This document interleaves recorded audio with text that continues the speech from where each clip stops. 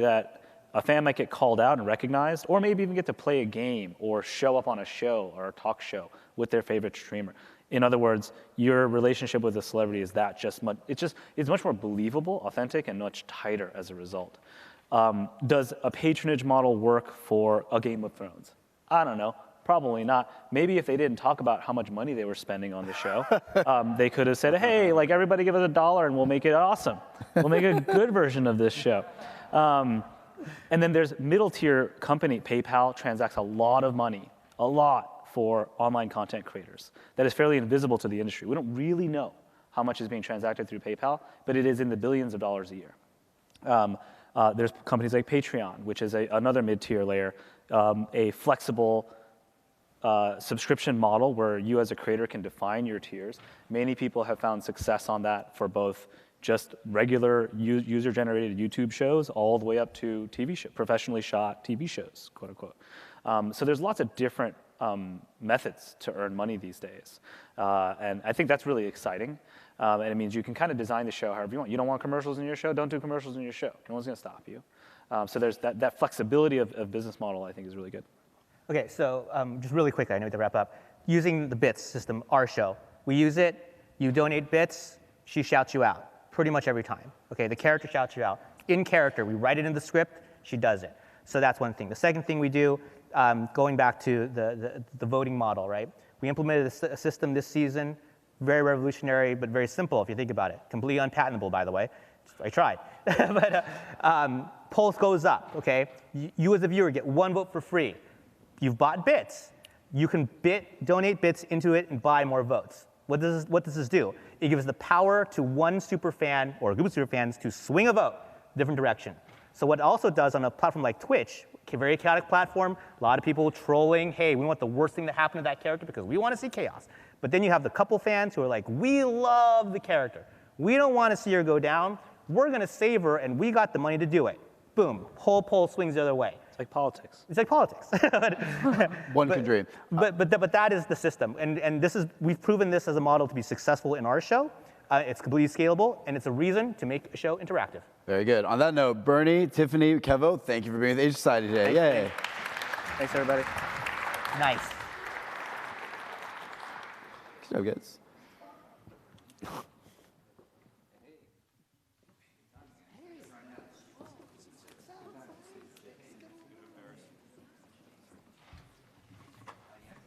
All right, well, we have some set changes here. Just a quick note about Bing Chen and the Asia Society. A great moderator you just had is also a member of the new class of Asia 21 Young Leaders. That's the Asia Society's under 40 young leadership organization. So Bing Chen, where are you? We'll see you in San Francisco, where our summit is next week. Hey, Bing. Sorry. All right. I said earlier in conjunction with another panel that the title was self-explanatory. This one may be less so. The next panel is called Building the Happiest Places on Earth, which is something even we at the Asia Society can't claim to be doing necessarily.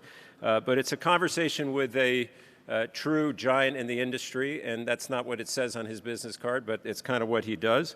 Bob Weis, president of Walt Disney Imagineering, has been a creative and design lead for so much of what really the wonderful world of Disney looks like around the world, in Asia as well. He was the creative design lead behind Shanghai Disney and a great many other things. You're going to hear more about that in a moment by way of the moderator for this next session, a man who serves as fellow at the Paulson Institute's Macro Polo Group, where he leads the team's work on U.S. China technology issues. And you don't have to have been with us this morning or read your morning papers to know that means he's really busy these days. He's also the author of The Trans-Pacific Experiment, How China and California Collaborate and Compete for Our Future. Please welcome moderator Matt Sheehan, and from Walt Disney, Bob Weis.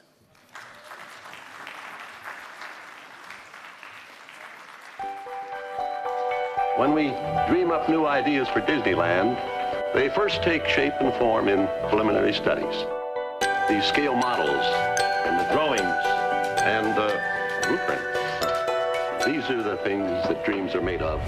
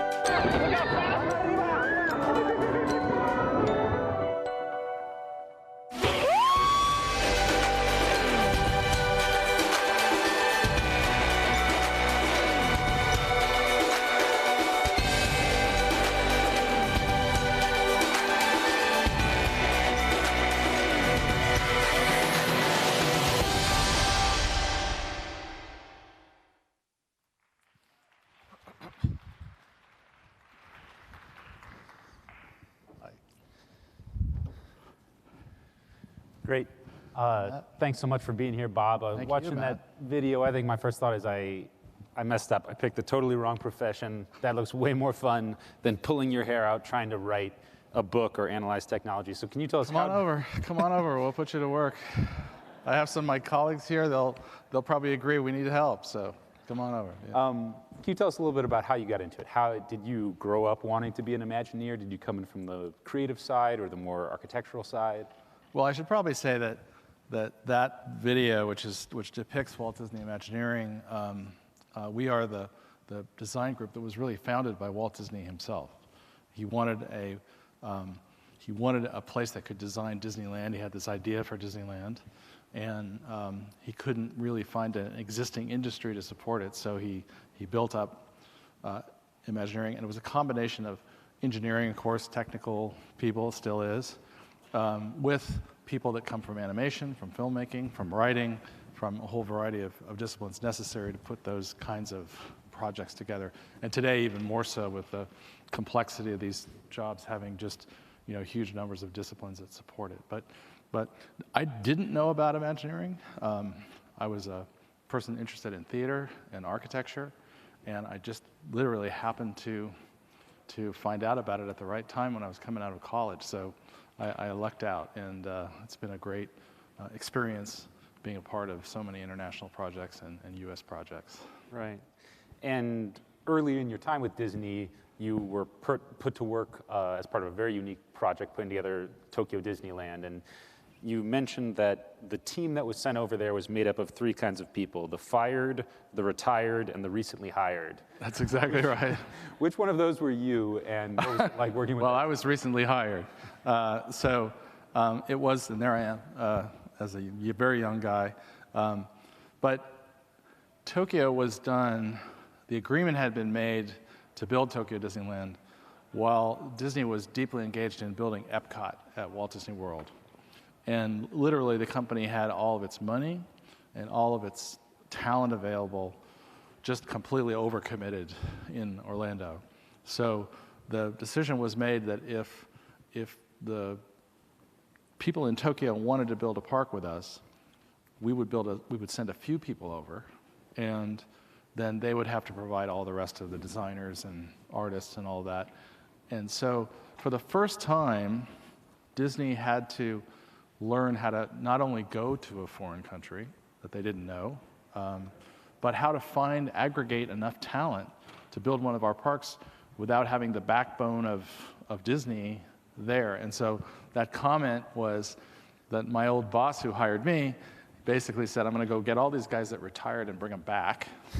And if they were fired, I'll even bring them back. And then I'll take a bunch of young talent out of school, and we'll send that small group over there. And I think it was such a great start for me, because my whole reference point for Disney has been formed by knowing that if you're open to it, you can go to another place like Tokyo, and you can find out that there's amazing talent there, but you can't be culturally arrogant. You can't assume that Disney's always right. You have to be open to that talent, and if you really engage and have that kind of partnership, which is so much about what this organization is about, you can really create something special that feels like it totally belongs to Disney, but in this case, totally belongs to Tokyo also. And a testament to that, when they had the terrible earthquake, and it took a long time for the country to recover from that earthquake, and Tokyo Disneyland was not damaged, but it was out of respect for what was happening in the country, they closed for quite a bit of time for the first time. And when it reopened, it was as if it was a message that the country was going to heal. And I think it was a message of optimism. And for us, that meant that it's truly owned by the audience there, and it's really theirs. And nothing could be better for a designer of parks than to feel like the audience owns it. So there you were describing some high-level lessons that seem like they apply sort of everywhere at all times about cultural sensitivity, not being arrogant.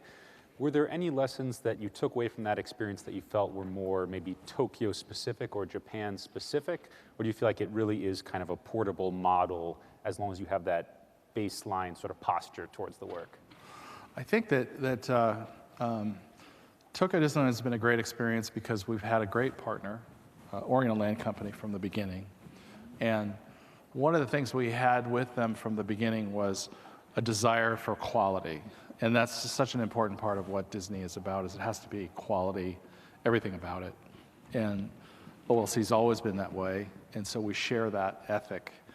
And they've always wanted to do the best, bring the best to Japan, and so that relationship's been very conducive for both of us. I think specifically in Japan, we found incredible technical resources in terms of engineering and design, incredible contractors who were very focused on quality of construction. And so in some ways, you get used to that, and then you say, okay, we're gonna go somewhere else. You may not find the same.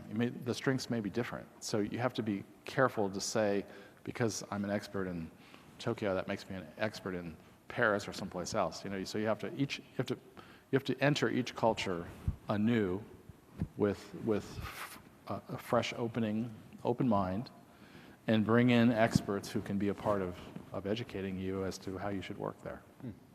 And I guess that was directly applicable about, 25 years later when you're sort of take the lead in the Shanghai Disneyland project.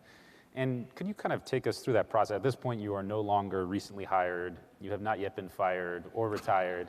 So what was it like coming into the Shanghai project in some ways a much stronger position, but also facing entirely any kind of engagement with China on this scale is incredibly complex. So just maybe take us through that process of what some challenges were.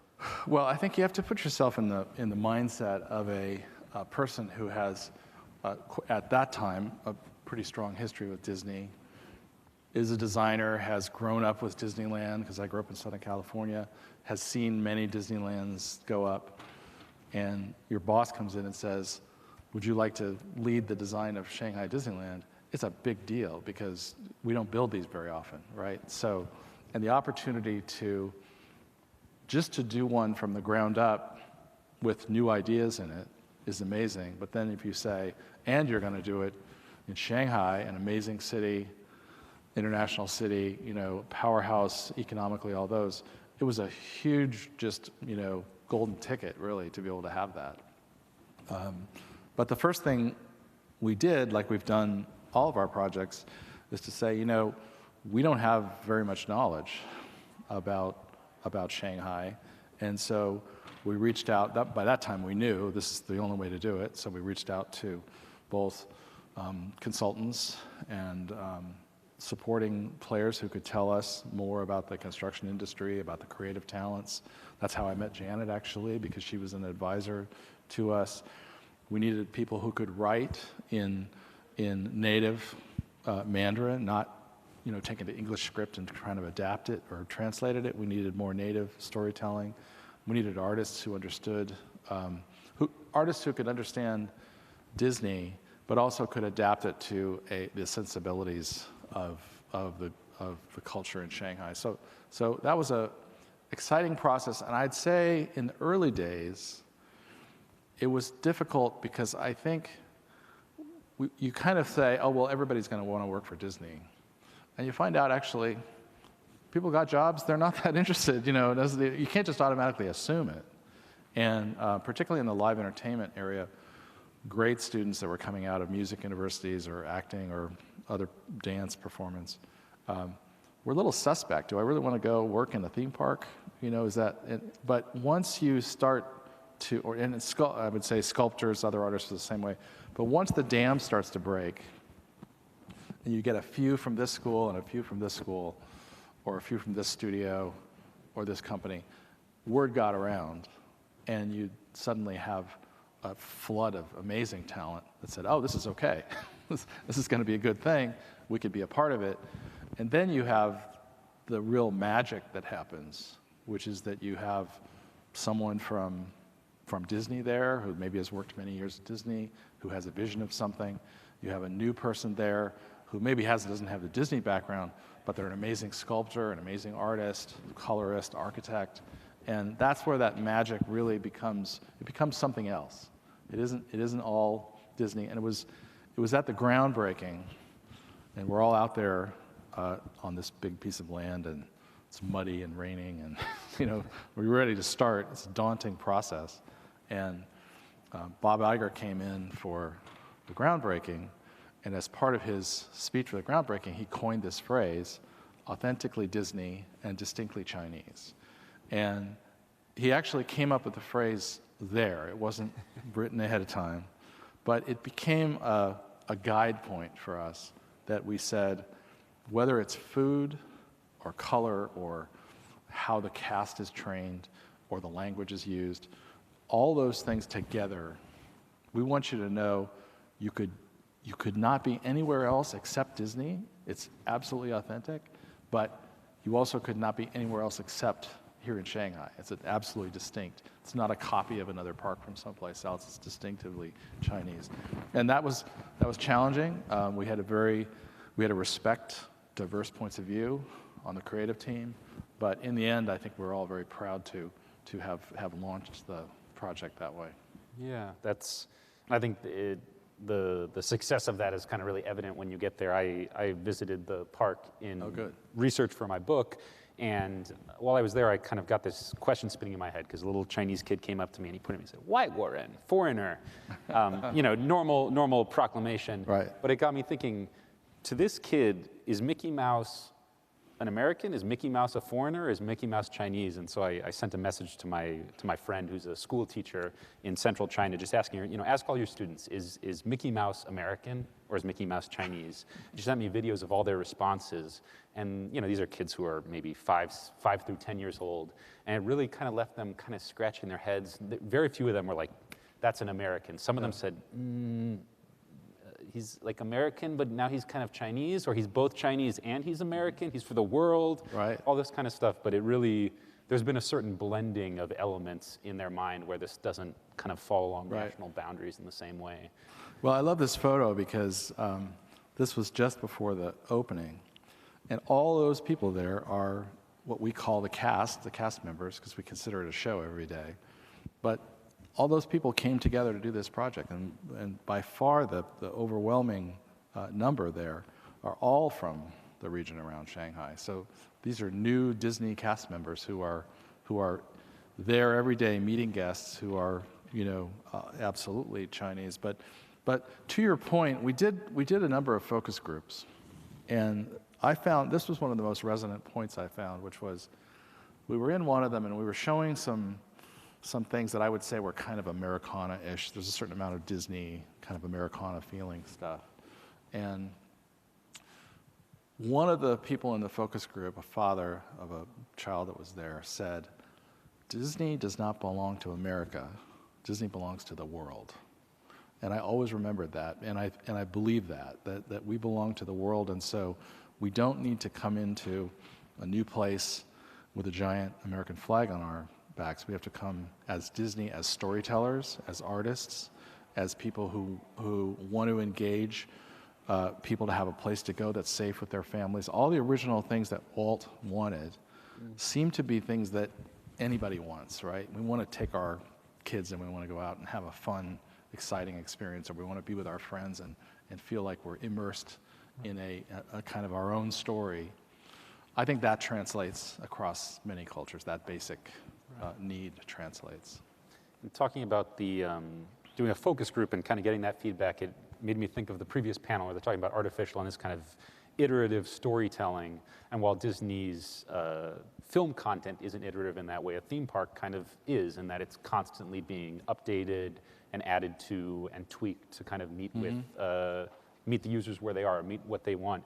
What would you say are maybe some lessons that you've learned since the opening, either new projects that are being added on or tweaks that hadn't been all preconceived before it opened up?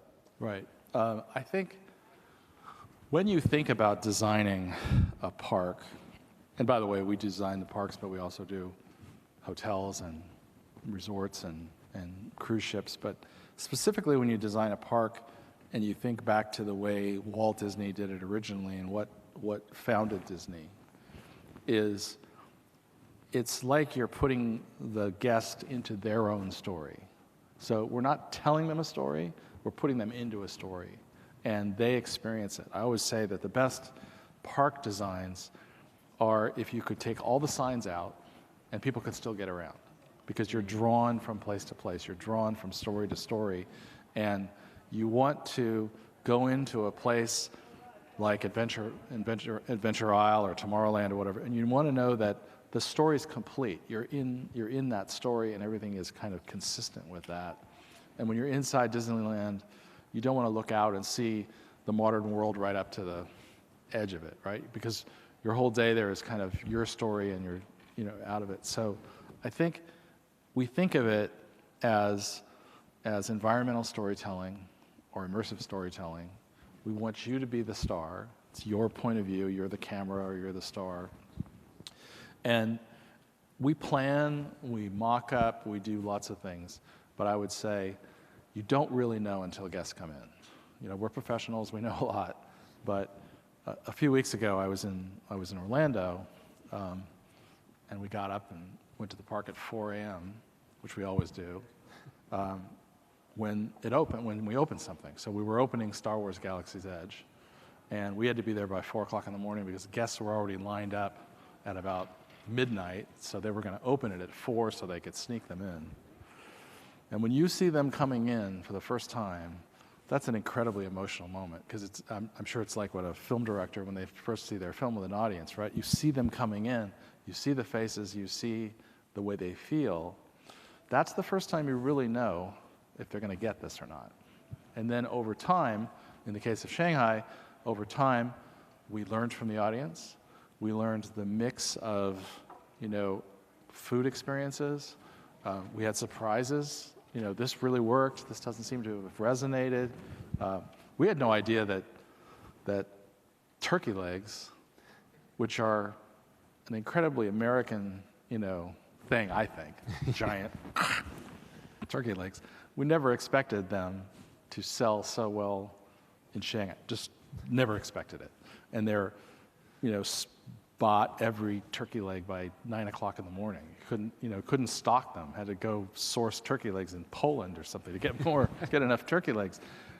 You learn that when the audience finally gets in there.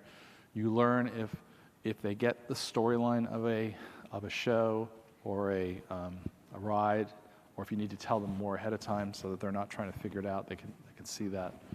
And most important, when you're in a dynamic international city like Shanghai, you have to be constantly refreshing. And refreshing, that means new live entertainment, new attractions, new things for people to do, and that aligns directly with Disney being a big IP creator, because then you could say, okay, these films, these animated films, live action, have come out, and we can see where they've resonated with the audience of the market we're talking about, and say we need to develop an attraction with that focus.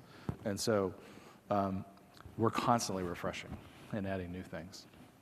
Maybe going back just a little bit to sort of the process of creation and working with the Chinese team, you mentioned that in Japan you found a specific strength was on the technical side, the attention to detail, the construction, the contractors. In no way endorsing this viewpoint, but there are some who would think that Chinese technical side is not always as attention to detail focused as the Japanese side of that. What were some either unique strengths or unique challenges that you encountered when working with Chinese creators on this side of it? I think that, as I said, each country is kind of different, and I think that it took us, even if you go back to Japan, even though the contractors were technically really sophisticated, and there's kind of a sense of refinement in the contracting community, they had never built Western architecture. We're talking about 40 years ago. We're not talking about now. Obviously, Japan is much more international in building today, but they had not built Western architecture. And so you had to really explain what that cornice was, or what a double hung window was, or these are things that not because they didn't know it because they've never known it. They've never had to build that way. I think that in China, we were really encouraged by Bob Iger to be incredibly ambitious. And so we went into a market that didn't know us and still did the most aggressive design we could do. We built the biggest castle we've ever built, tallest, widest, most in it. We decided not to do a lot of traditional things like we have a Space Mountain at Disneyland. We decided we wanted to do Tron, which is totally different. You ride on a bike. It's a completely new ride system. And something like Pirates, Pirates had existed the Pirates franchise had existed in China for a long time, but not as a ride. We know it as a ride if you live in Southern California. They knew it as a movie series, and those movies are operatic. Those are huge scale. So the Pirates in China was huge, needed a new kind of ride system, new visuals, all that. So I think in China, we were simultaneously working with contractors for the first time, and we were trying to build the biggest, craziest thing we'd ever built before. So a lot of us took a deep breath of relief when we opened, like we did it. But it wasn't the easiest thing to get done. Right. But we not only did we do it, but we could stand there with our Chinese colleagues and say we all did it together. And the next projects we do, many of which we're working on now, will be that much better because now we understand each other, we know how to work together, and we've calibrated our expectations to each other. Right. And something just feels very, very China, very Shanghai about building the biggest castle, and kind of that scale of ambition is very China 2010 in some ways, or 2010 through the present day. Yeah. We didn't. I wanted to get feedback. Doris Woodward's out here, has been part of the team from the beginning, and she and I have similar lengths of time at Disney. But we pulled castles, pictures of castles from around the world, and we covered walls with them, Disney castles and just castles from around the world. And then we brought our Chinese advisors in, and we gave them all little dots to stick on them, because we were trying to get a sense of, to their eye, what says castle. And it was very telling to kind of see certain castles that were covered with dots, and then certain that didn't get played. But the one thing that they all agreed was, it has to be the biggest. And so we went to a lot of effort to make sure it was the biggest. Right. And I mean, part of your portfolio, even beyond the theme park specifically, is stuff like cruises, hotels, global merchandise, and stuff like that. And those are also areas where there's an increasingly globally diverse customer base, and audience base. And across maybe some of those other portfolios, whether it's the cruises or the merchandise or hotels, is there a similar effort to adapt those to this increasingly diverse user base, in the sense of making the hotels more friendly to certain Chinese or broader Asian customs or cruises, anything like that? Yeah, I think that we're undergoing a expansion on a number of our properties right now, including in Paris, and we know the audience much better around Europe than we ever did before. So not only do we have a better sense of the audience, but we have more designers and artists who are from that area of Europe who lead these projects. So our company has become more global as the projects have become more global. But cruise specifically, we're building new cruise ships right now, and we build them at a incredibly talented shipyard in Germany. And they don't know Disney, but they know how to build ships. We know Disney, but we don't know how to build ships. So you put those two together, and they're incredibly talented at making sure that, we don't know how to make it float, right? They do that, but they also know how to make these gigantic structures and put them together in the water and do all of that. And then our job is to make it Disney, and so that's a very similar collaboration. We have an incredible shipyard, and they help us do something we've never done before. And we do that in many places. It's that combination. I don't think we would be successful in the cruise business, and we do cruises all over the world now. We do them in Europe, and we do them throughout the Bahamas, and we go to Alaska, and that's going to get larger, as we know. Cruise ship business is going to launch more and more in Asia too. I don't think we would be successful in the cruise business if we didn't have incredible ship fabricators who have collaborated with us in the same way that people have around the world building parks. So with just a couple minutes left here, if you were today throwing together that team to build, Rio Disneyland or Mumbai Disneyland, and you had your team of fired, retired, and recently hired, what would you say to the recently hired version of you about doing this at this point in time? I mean, you were doing it in the 1980s, or getting started in the 1980s when it was a much different, just the global interconnectivity at that time was at a different level. What kind of advice would you give to a young person who's entering this field and looking to create these kind of global entertainment projects, looking 10, 20, 30 years forward? I think the big one for me is that we live in a world of incredibly diverse talent. And if you can figure out how to run an inclusive design company that is able to highly leverage the talents that come from around the world and not feel like in order for me to work with somebody they have to be local or have to know them or have known them for years, but if you can bring new talent in. And when I started, we had a Panafax machine. We had one Panafax machine. Now we can work with people around the world, and we can do blue jeans and talk to them and speak all over. We can send models back and forth. We can send 3D printed elements back and forth. So now you have all the advantage of you can communicate globally, and so there's no reason not to be reaching out and having an incredibly inclusive design team. I remember one time somebody in our office in Shanghai said to me, well, we were going to use them, but they don't speak English. And I said, we don't speak Mandarin. That we're the ones that are handicapped in the language. We're in China, we don't speak Mandarin.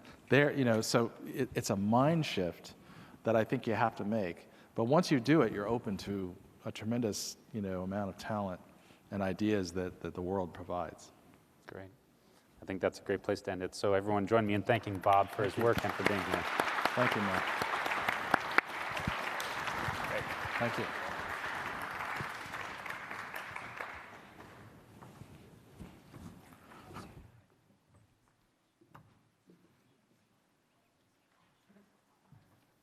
Thank you, Bob, and thank you, Matt. It was terrific. On the word of thanks for a couple of other folks before we move to the next panel, and I don't even think they're in the room because they're all working very hard.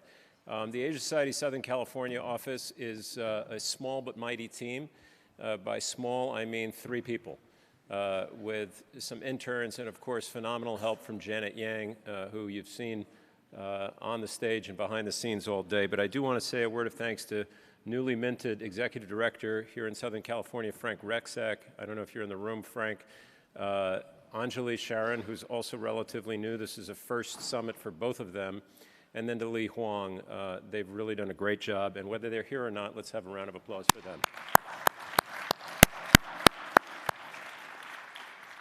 All right. Just a few panels to go before we end this terrific day here. We've saved some great stuff for the end. In a moment, a pair of stars from the great film The Farewell, which has been mentioned a couple of times here, will be on the stage. But first, a really important conversation under the heading The New Hollywood, Asians Behind the Camera. Your moderator for this one, the head of Asian Business Development, United Talent Agency. Please welcome to the stage, Max Michael.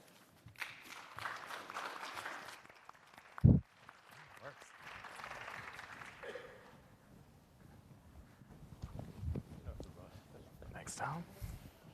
Hello. Hi, everybody. Welcome today. Thank you for staying. So we're going to be talking about the new Hollywood, Asians Behind the Camera, and I have some awesome guests for you today. I'll invite up Janice Chua first. Janice is the VP of International Development and Production at Imagine Entertainment and Television. Thank you, Janice.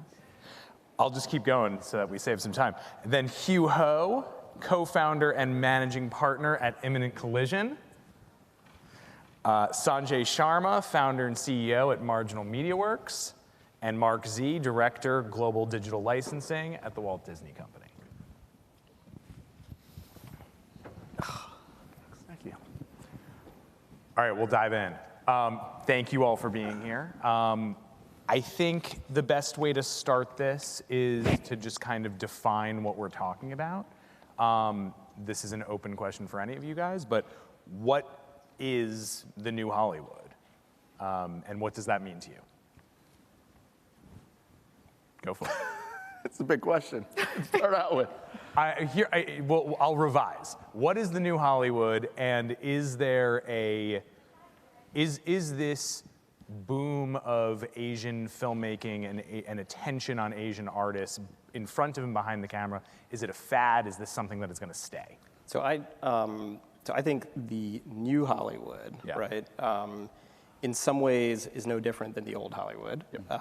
We are seeing two pretty fundamental shifts, though, in the business, both behind and in front of the camera, right? One is the business itself is losing this historic tight grip on the gatekeeping function that in many ways is representative of the old Hollywood and a structure that kept people like us from doing what we do and kept artists from doing the work they do.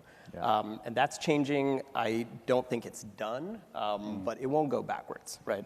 And that's because of the second shift, which is globally interconnected audiences, global platforms at scale, like Netflix, like Amazon, like YouTube, like Facebook. The global audience is 60+% Asian. American youth are already minority majority. The instance of interracial dating, marriage, adoption, gay marriage and adoption, if you plot that on a curve, it's nonlinear and it doesn't go backwards, right?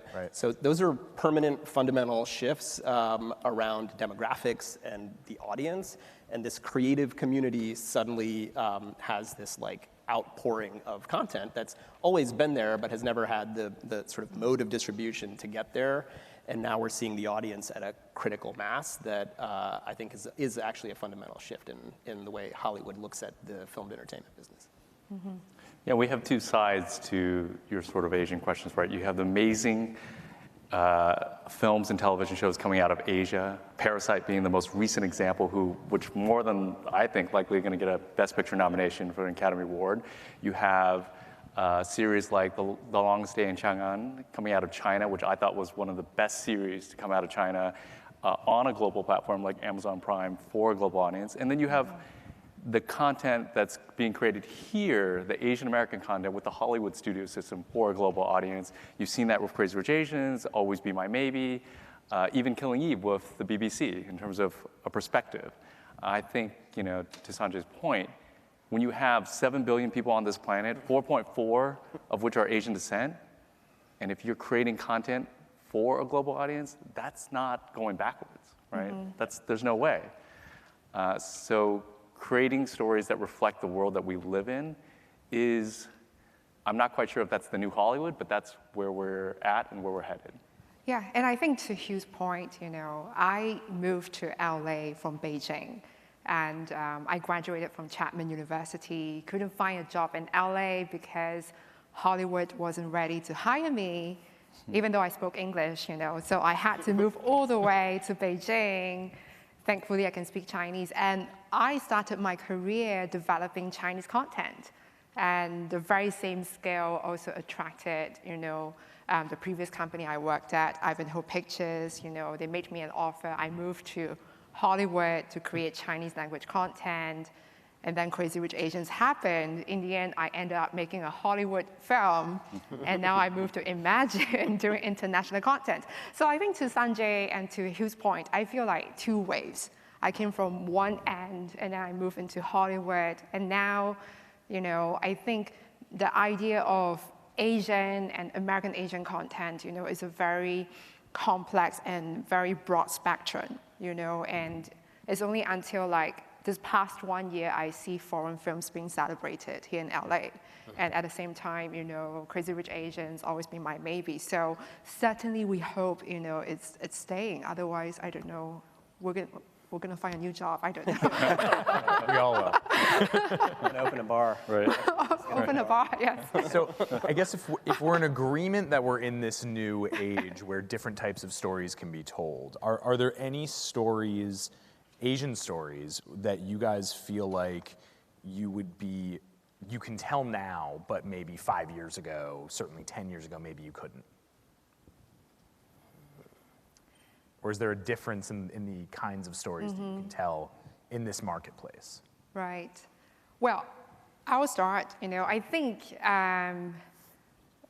you know, Crazy Rich Asians is special, right? You know, it's a very popular genre. It's rom-com. It's very easy for everyone to understand. And before Crazy Rich Asians, you know, I had submissions about, you know, immigrant stories, because I feel like, at least as a foreigner, my understanding has always been this is what America understand, you know, when you talk about Asians, as if, you know, our identity is all about as being immigrants, right? And then eventually when Crazy Rich Asians came about, you finally see Asians falling in love on screen. And that felt like a revelation to people, which I don't know why, because from where I grew up in Asia, people fall in love on screen. So to me, that's... And in real life. Yeah, and in real life. So to me, that's like, you know, I think sometimes, you know, we like to pigeonhole different people, right? You know, because of Joy Luck Club, you know, so that was like the first all-Asian cast, and people started talking about, oh, Asian immigrant stories. And then now Crazy Rich Asians, okay, Asians can fall in love. And I hope that, you know, there'll be more, you know, diverse stories, right? Which is why I really like Always Be My Maybe, you know, because she's a chef, he's a musician, you know, they are not ashamed to eat dim sum at a restaurant, but they also play at a club, you know, and they also fall in love. And she can go out with a white guy and it's okay, you know? So I think, you know, like, you know, it's so weird that we have to define what kind of stories we can tell, because on a very basic level, we're all human beings, you know, so I think we share the same journey, and like, hopefully, I think this year when you know, during the pilot season, you know, all the scripts that I've read are either crazy or rich or crazy and rich. Like, I really want to read, you know, read different stories, and I really encourage, you know, story writers to really tell stories that matter to them, you know, and submit to executives. Yeah, I think to riff off that a little bit, you know, Crazy Rich Asians is obviously a watershed moment for the community and for the industry in a lot of ways, but for me, I actually get more excited about a Henry Golding being the lead in Last Christmas. Yeah. Right? I mean, he's just a guy. Right? The romantic lead guy. Right. And that's just normal, right? No one really bats an eye at that. Yeah. Right? So to me, that is showing, like, you know, we don't necessarily need to tell quote unquote Asian stories. We can be Asians in stories. Yeah. Right. Right? Yeah. In stories that, exactly, stories that we weren't represented in before. Yeah, I think the normalization of, you know, an Asian filmmaker making a movie that's not about Asians, or, you know, an actor even, I think that's really important in the progression. Are there... I want to say this. The justification these past few years, this past decade, it's all been, with the recent success, it really tells everyone it's all been bullshit, right? Because the justification before is, we can't tell these stories, or we can't have these actors because nobody's going to watch it. It's not going to make any money, right? So the audience for Crazy Rich Asians or even Black Panther, they didn't just materialize out of thin air. They've always been in existence. So now if you know this, then you're like, oh, why didn't we tell more of these stories, right? It wasn't because we didn't want to make money, is because if you really wanted to unpack it, you know, there was either unconscious bias, systemic, all the kind of stuff that we sort of intellectualize, right? So the question is, all right, so now just tell good stories, right? There shouldn't be this limit anymore. The justification was wrong to begin with. Right. I think something interesting is, like, we've seen in the past in Hollywood, there have been so many stories told about other cultures that were told from a white perspective, from an American perspective, a Western perspective. And I think sometimes it's gotten it wrong. Like, are there any? Do you guys ever think about movies that like represented Asian people in a way, but from a Western or white perspective that got it totally wrong, or were there filmmakers who got it totally right? That's a whole nother panel, man. Last Samurai. I mean, Short circuit. yeah, I mean, there are a lot. There's many, I would imagine. But yeah. Any anime movie that's been redone here? Yes, exactly. Yeah, no, I mean, there's obviously challenges. I mean, but this goes back to the, I think, theme of this panel, right? Exactly. How important it is to have diversity in the writer's room, in the executive suites, where, you know, and listen, there's still a lot of progress to be made. Yeah. I think that is something that, you know, I'm sure there are tons of people here right now who work behind the scenes in the industry, right? And you look at the room that you're in a lot of times, and you know we're not that represented. But yeah, I mean, there's some nodding here, right? Yeah. But it is. I feel it changed a little bit. Yeah, right? I definitely do. I actually went to Asia after university to work in entertainment for. I was there 6-7 years. This is why Crazy Rich Asians actually is a very personal thing for me. I actually was in Singapore acting with a lot of those folks for MediaCorp at that time. And I remember thinking really early on that no matter how good you are there, right, and you know, listen, very small market versus the US, but no matter how good you are as an actor, as a performer, as an artist, you know, you are so dependent on all the other people behind the scenes, right? The cast and directors who are actually going to cast you, the writers who are going to write the stories, like on set with the people who are actually directing, lighting, micing you up and everything, right? The executives who are actually green lighting the shows. And, you know, I think you realize how little power sometimes you have as a performer, right? So again, so important to have that representation now. On the flip side of that, were there times in your careers where you kind of realized, oh my God, that there's an opportunity for Asians in the film industry, or things are getting better? There are signs of change. What were those? Well, I think I have a very specific moment when you ask that question. For me, 17 years ago. This is 2002, January, Sundance Film Festival. I'm standing outside the Eccles Theater with Justin Lin right before the premiere of Better Luck Tomorrow. Wow. And I thought to myself, man, I can't believe I'm going to be witnessing this. This is history in the making, right? Everything's going to change from this point on. And little did I know, jack shit changed. And I learned a super valuable lesson, you know, at that time. It's like, if you really want sustainable change, you've got to push forward. You've got to sort of push for action and not wait on others, right? Like, these moments come and go, but when there's a sort of momentum, you've got to sort of push ahead, right? And sort of capture that momentum, because I don't know, like, to have another 20 years go, it would be insane. I think for me, I felt very desperate when I graduated from, you know, university, because it was really a time when Hollywood was starting to take notice of Asia, and, you know, Wanda was buying, you know, legendary AMC. And I went to different places, you know, I pitched myself, I was trying to get a job. They like the fact that I'm Singaporean, they feel like I'm borderline Western, but I'm also Asian enough, you know? But no one had the guts to hire me. So it was almost out of desperation. I felt like, okay, screw this, I'm gonna go back to motherland China, you know? And I did that, and I feel like, you know, for me, you know, when I was in China, what was interesting to me was Hollywood was so interested in Asia, you know, and as you know, you've been heading the business for a long time, and everyone was talking about co-production. So that was like a moment when I started thinking, like, you know, is there a chance where two territories can actually come together, you know? And many have tried, many have failed. And of course, you know, culturally, stories, they don't always transcend and really resonate with both territories.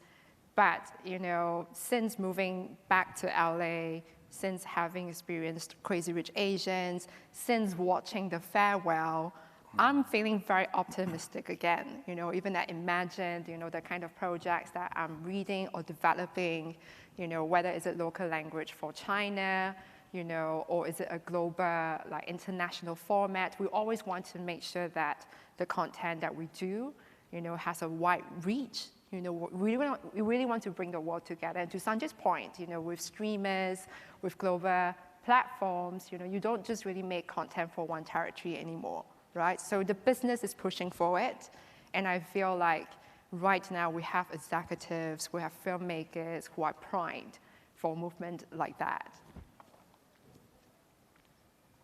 One thing I noticed when I came back, so I was in Asia for 6-7 years during the 2000s, all the way back then. When I came back, one thing I noticed was on TV, way more Asian faces on ads.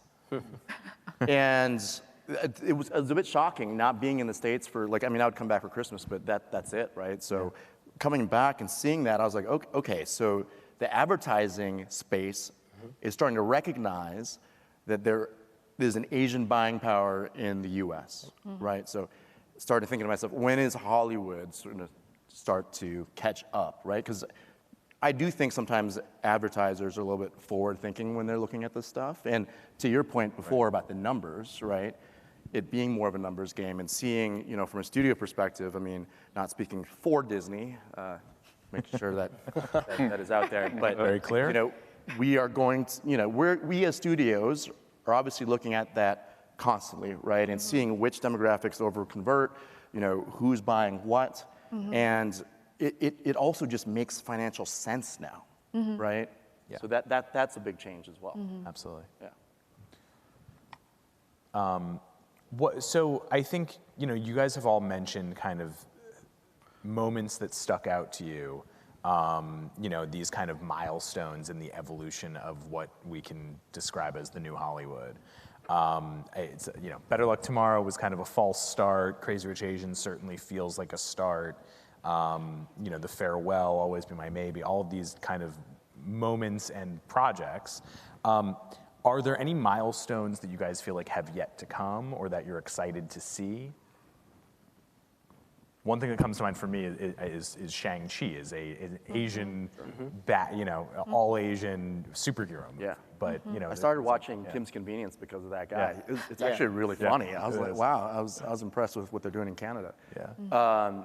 I feel like I'm talking too much, but I will say really quickly, something I thought about in anticipation of this panel that I'm excited about is, it's actually twofold, right? So you're seeing now these young Asian female directors being pegged, right? So I'm talking about Chloe Zhao, who's doing The Eternals for us, right? It was just announced that Deborah Chow is going to be doing the new Star Wars Mandalorian. Disney Plus. Well, she's doing the Obi-Wan series. You have Kathy Yan, who is a fellow alum from my school, which I'm very proud of. She's doing Birds of Prey for Warner Brothers, right? I mean, that's huge, right? So they're not doing Asian stories per se, right? I mean, but these are young Asian women who are going to have like $200 million or more budgets, right? And that to me is amazing. Like that is really cool. Yeah. I think, yes, I feel like that's what you were talking about, inclusion, right? You know, how Henry Golding is in Last Christmas. You don't see as a Asian content, you know. At the same time, I also feel like there's space for Asian stories to be told. And for that milestone to happen, I feel like, you know, changes have to be made at every level. You know, like companies, can we hire more Asian executives? You know, can, like, you know, foreigners, Asian Americans, because it's like I've pitched stories to people before. When I was explaining China to non-Chinese, you know, it takes a lot of work. But when I have like a person whom I know understand where I'm coming from, I can trust that person being my advocate, right? And I feel like, you know, sometimes stories, they fall through the cracks because we don't have enough executives that will advocate for such stories, that would say that, hey, this would work, and or have the guts to hire, Asians, immigrants as talents. Yep. Right, so I feel like more decision makers, more executives. So that way we can create the milestone, Crazy Rich Asians, Always Be My Maybe will not just be like a fad, Right. We really want to see those, trends staying for a long time. And it's an entire ecosystem. It's these executives. I would say it's agencies, such as UTA. Absolutely. It's, when we talk about, I think it's incredible with, we talk about directors, we talk about actors, we talk about a lot of stuff, in front of the camera. But even for anybody who's done a film, obviously, the below the line talent, the department heads, right? Name me right now in this room, right? What's the most high-profile Asian American production designer, costume designer, DP, right? Yeah. I would say majority of us here would have a challenge saying one person, one name, right, on a high-profile level. And that is rarely talked about, right? So we have all these milestones to come, like a lot of them, because it takes this sort of ecosystem to have all the different types of storytelling that we would want to do, right? That have these perspectives. It's not just, usually in the sort of public's imagination, it's like Hollywood is some kind of monolith, right? That sort of makes these decisions for the world, but it's a bunch of people, right? From finance executives to marketing executives to casting, to the agents, to the producers. There's this entire ecosystem. If that ecosystem is homogenous, then we get one type of stories. Yeah. Yeah. Can I share a little story? Sure. So, there's this, project that I knew about, it's a very funny rom-com. It's about Asians. It came from a producer, and she was really looking for female Asian writers to work on it. So I recommended a few to that producer, and none of my writer friends got, any callback. And I called one of them, and then they told me that, because, your producer friend said, we need like a Nora Ephron of Asian writers. I'm like, we've never been given a chance to be the Nora Ephron, Exactly. So, again, the ecosystem has never allowed us to be the Nora Ephron of Asians, the Christopher Nolan of Asians. And I feel like we need to start grooming, start nurturing, start believing, in, like Asians, people of color, just to, make sure that this ecosystem is supportive enough, so that it will not be a fad. Yeah. It's well said. Fair enough. Which is fine. Look, I know I spend a lot of time looking for Yeah. young executives of Asian descent who, many of whom are bilingual, and it's hard to find people, and it's hard to train people, and it's hard to promote people, but it's so worthwhile in that process. And I do it all the time, and I'm, a white Jewish guy from New York.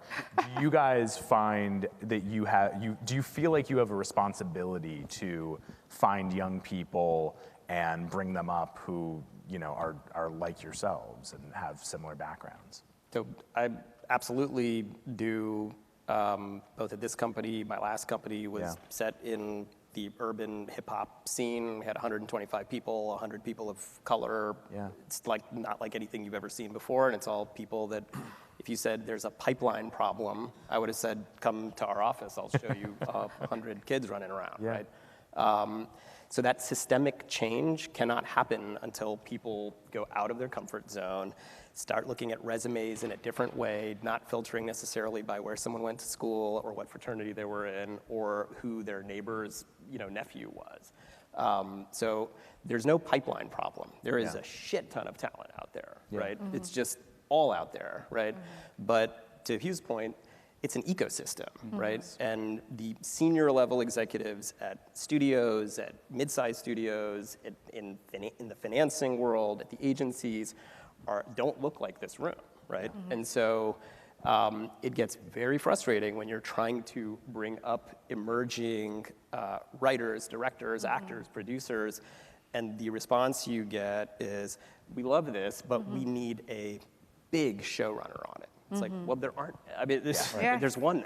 Now there's one more, right? Like, so we need Randall, right? Like, and so that becomes the lightning rod, and then there are one or two of them for a while, and then when one of them has a bomb, Right. which they will, of course, Like anyone. creative people taking creative swings, right? They don't get the license to play again, right? And then it gets seen as a fad, and we go back to doing what we normally do, which is white guys can make movies, and they bomb all the time, and no one says, let's change this up. Yeah. Right? So the systemic change, right, is needed beyond just in front of the camera talent, right? That, I think, there is a moment now between the South Asian community, the East Asian community, the Asian American community, Asian cinema, which obviously is a huge tradition, is getting recognized here again, right? That, I think, is is going in a good direction, but the sort of deep infrastructure, right? Financing, we talked about a little bit. I mean, I get told all the time, this project will not travel. Yeah. So what does that mean? What do you mean? It stars an Indian guy, like won't play in India? Like, what do you mean? Who decided it won't travel, right? And when in my last company, we made urban content and with content with black people, it's like it won't travel. It's like, really? It's the biggest music in the entire world. It's the most streamed music on all of Spotify. We have projects with guys that will sell out stadiums in Bombay. You're telling me a movie with them won't travel? Right. But it's these old models that they run that say that person has never been in a movie, and so I cannot project what that movie will do in Spain or in Colombia, right? And the amazing thing that's happening now, right, if we talk about this sort of new Hollywood, is for the first time in Hollywood history, outside of Netflix, right, you have Disney Plus, you have HBO Max, you have Peacock, you have studios that have a direct one-to-one relationship with their audience. And so now, which is a weird thing to think about, like the studios, how often, because of the different distribution models, really didn't have an understanding of what the audience was watching in real time, right? And who was watching it. So now this data allows you to sort of cut through some of that unconscious bias. So there's sort of notion that people, a story featuring an Indian American family won't be watched by people in Alabama versus Poland versus Australia. Then you're looking at the data and you're like, oh, that's actually bullshit. That actually doesn't hold. Like Netflix actually knows this, but they haven't been sharing this for the past few years, because why? When you have a competitive advantage, why would you share that, right? But now the studios are getting into that business, and I think that's where we're gonna see some change in terms of, oh, that story will travel now. It's all, I mean, the internet, I come from the internet, and you spend a lot of time in the internet. Like, this is why those businesses eat everyone's lunch, right? Because they're built on overserving underserved audience segments. So things that Hollywood thinks are niche, people from the internet know are huge, right? Like so-called niche markets, right? Before Netflix's original series ramped up in India, the biggest series on Netflix in India was the German sci-fi series Dark, right? No one would have guessed that, right? Defies all conventional wisdom, right? And we spend a lot of time talking to people here about that market, which is a priority market for Netflix. Say, I don't understand how it can be such a big market for American content.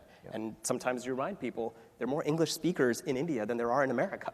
It's a pretty big English-speaking market, so.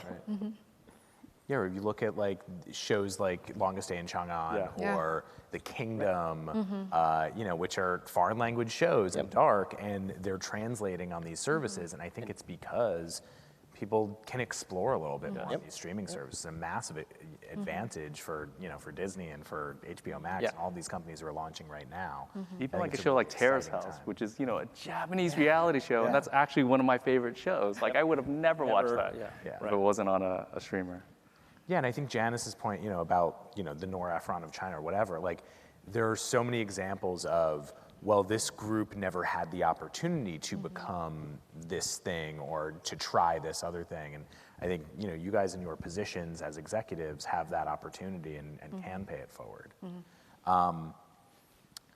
What, do you think that, it sounds like having executives and having people in the room who are buyers is a real shift that needs to happen for this new Hollywood to really take effect. Is a connection to this community Is that important, and do you think that that helps to create more talent and create more opportunities? Certainly. I mean, I'm super encouraged by the fact that Hugh and Sanjay, they are business owners. So when you're business owners, you have a say, right? And I feel fortunate in the sense that, Imagine has the appetite for international content. Sure. So in a way, when we're placed, at, position that comes with power, then we can empower other people, right? So it's back to, building ecosystem, having advocates, that can, support your stories.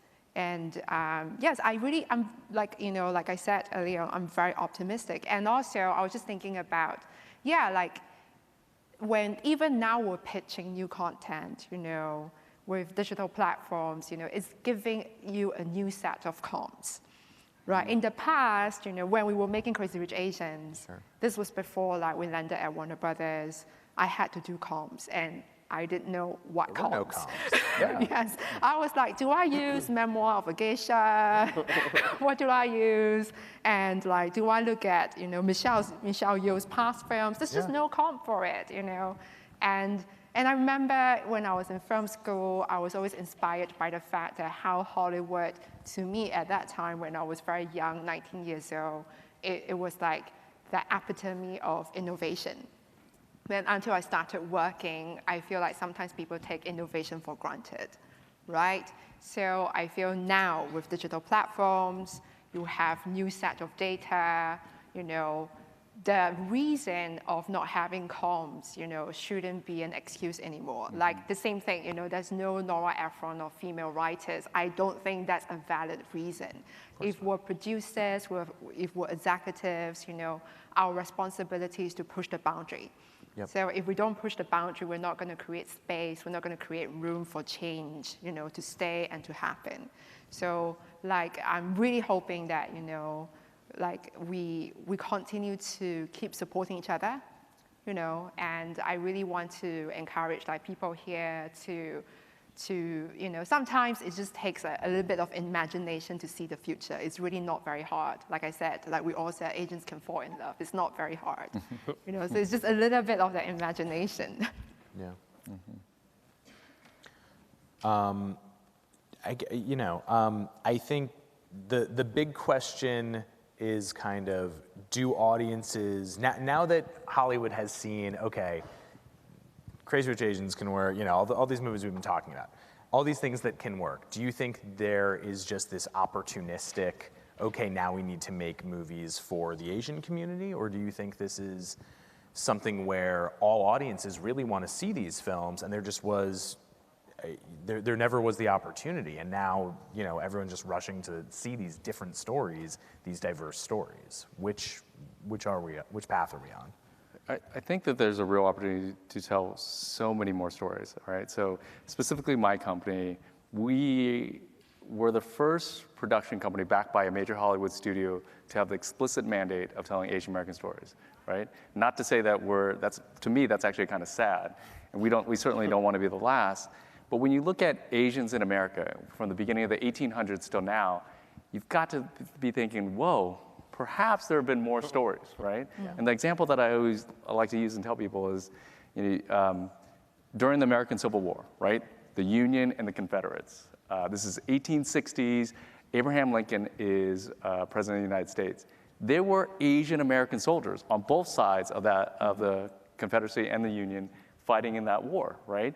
And if you look at pop culture, when you think of Gone with the Wind, or even Steven Spielberg's most recent Lincoln, it wouldn't have been weird to see an Asian dude in the background in uniform, right? Yeah. But we just haven't seen that. Right. So why isn't those stories being told, right? If you grow up here, you don't see that in the history books, right? You rarely see it in pop culture. So it's just one example of so many, right? At the intersections of identity, race, social class, sexual orientation, all that, that can be told in a really compelling and entertaining way.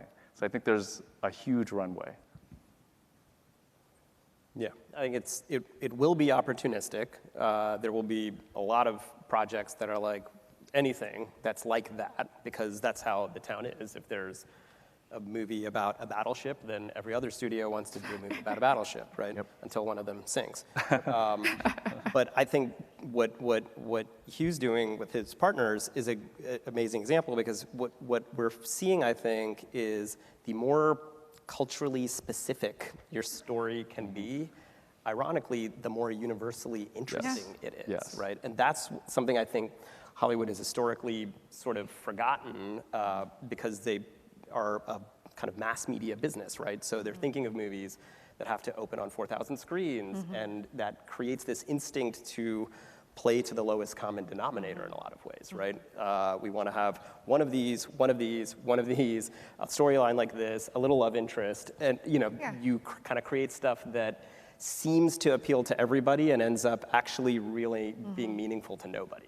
Right? And so stories that have real granular specificity, where people can, we all laugh when someone farts, we all cry when someone dies of cancer, like we all get scared when something jumps out of the closet. Like there's actually some very universal themes that a lot of very culturally specific movies hit. And so that I'm hopeful people are starting to say, oh right, the lead can just be an Asian American guy, and it doesn't really need to be about him being Asian American.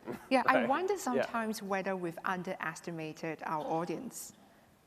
Because we keep feels like it. Yeah, right. Yeah, every time we provide these new things, people show up. People see, because they're different and fresh, right? Yes. Always Be My Maybe. That had all the touchstones of a rom-com. It was the most normal rom-com. It really was. Yet told from a very specific perspective. Exactly. That's what makes it appealing. Like as long as the stories have universal human themes, you're gonna want to watch it. And you don't want to watch the same shit. You want to watch new shit. Right? The Big Sick, Get Out. People are like, are those multicultural movies? I mean, Get Out is a Hitchcock. Yeah, I think they're just good movies. I just feel like because, for the longest time, when you talk about Asian or when you talk about immigrant, right, to executives who are not Asian or immigrant, it's such a blank.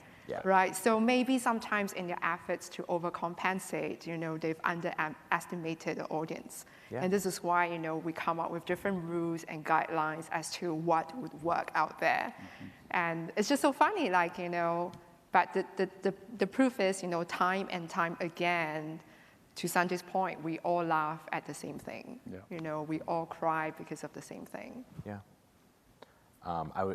I think I'm supposed to wrap up, but I just thought of this. There was an interesting stat I saw recently where the Asian American audience, for movie-going audience, was by far the largest growth area over the last 2 years. And I think it's just because they're movies that actually are diverse and inclusive and representative of that audience, and everyone wants to see those movies. So anyway, keep going to the movies, keep watching TV. Thanks, everybody. This has been great. And thank you, panelists. Thanks. Thank you all for another wonderful panel. I wish we had another 12 hours to continue this discussion. This is so frustrating. Thank you all, really amazing. They brought up a very interesting point earlier about how it really takes a village to build a movement, a whole ecosystem. They talk about people above the line, below the line to support the cause. Well, there's also another group of people that are often underlooked, and to me, that's journalists. In my opinion, the Asian American movement would not be where it is today were it not for the support of amazing journalists who are also passionate about the cause. Thank you for being quiet in the back and closing the door quietly as well, and giving respect to our next speakers. Thank you. And along those lines of great journalists who also are passionate for the cause, I'm so happy to introduce to you our next moderator from The Hollywood Reporter, Rebecca Sun.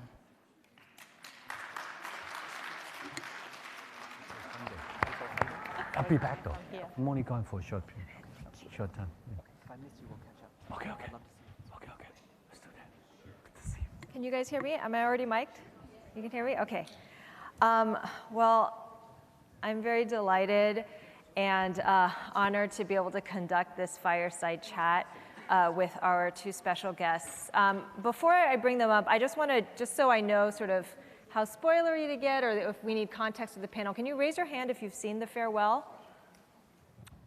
Oh, Okay, great. Okay, that's pretty good. And then the rest of you, there's an opportunity. It's actually, I think, releasing in China, which is very, very exciting. And then just catch it on digital demand. So I'm going to bring them up at the same time. If you've seen The Farewell, then you know that they play basically the parents who are right in between generations for how this film is based. So Tai Ma and Diana Lin.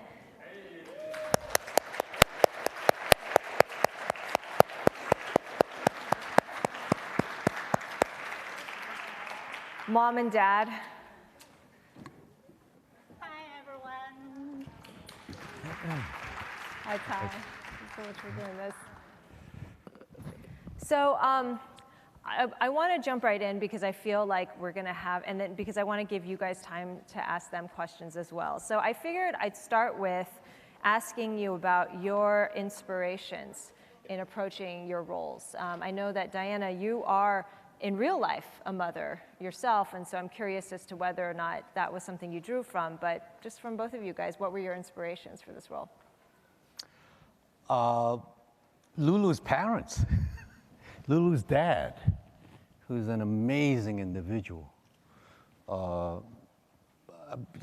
He is so special that you don't really see what kind of a person that dad, Haiyan, is in the film.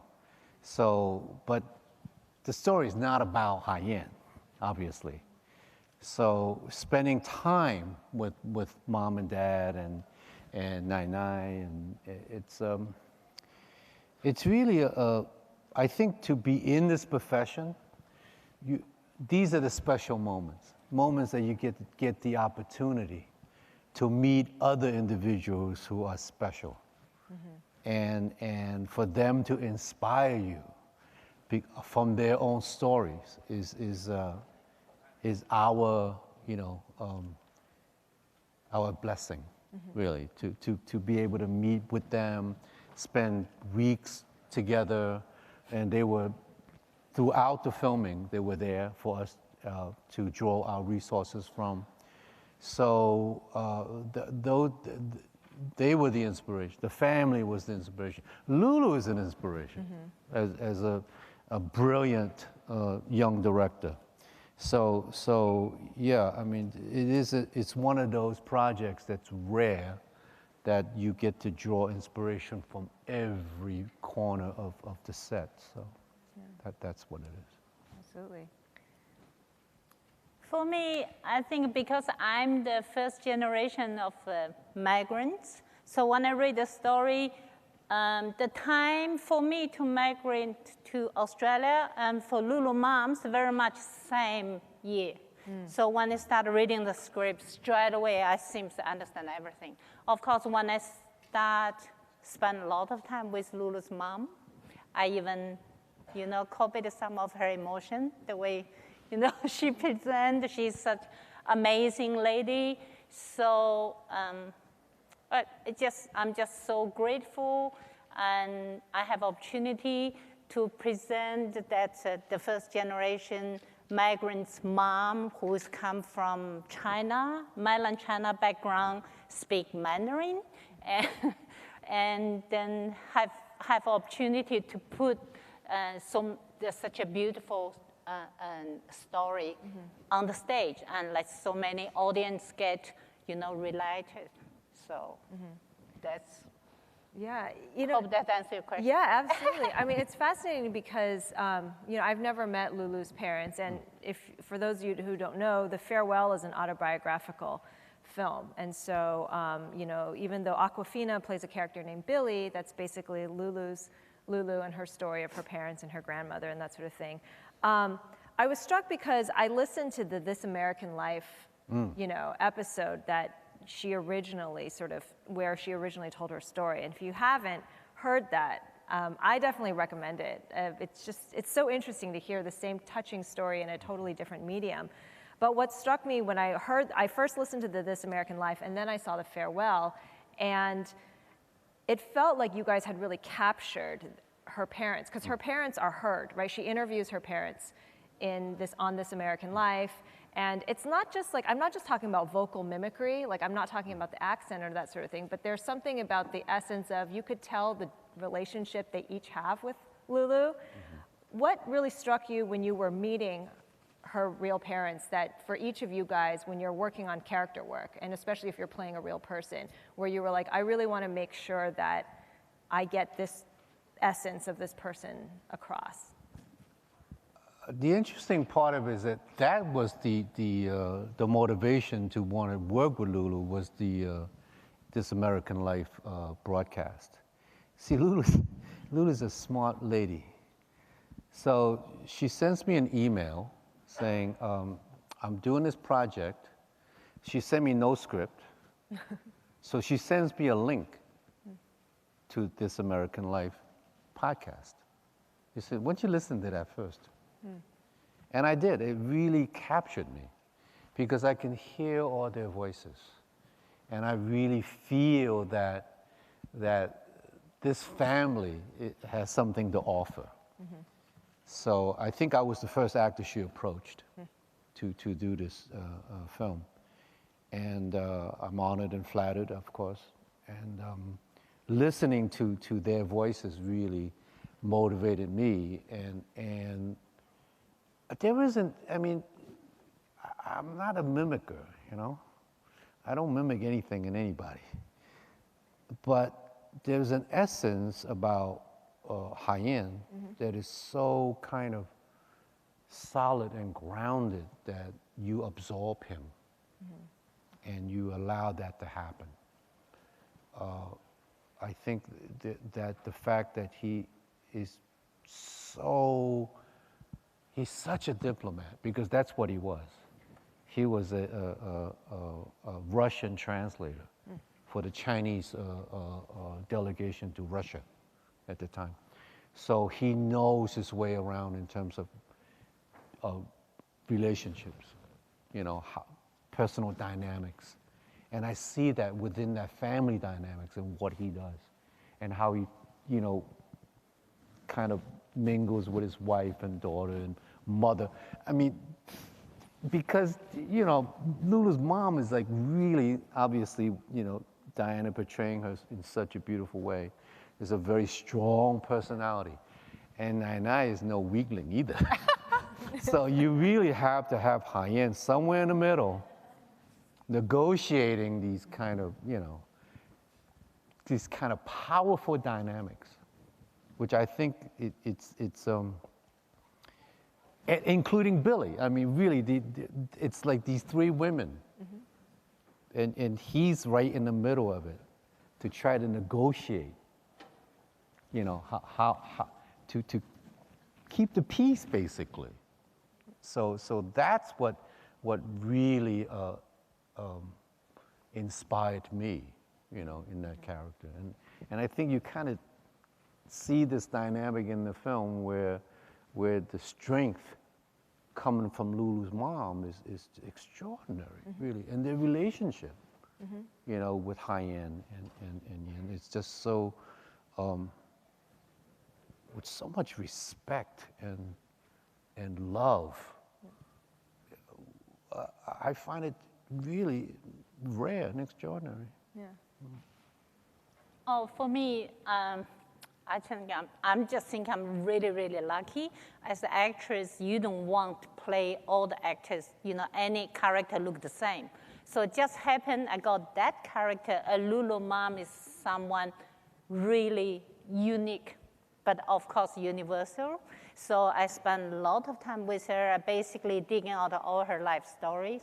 And Lulu kept a lot of videos. She liked that. So when we got into Changchun, we have seen all the video when even her father talk about the jokes. And Tai said, look at her mom.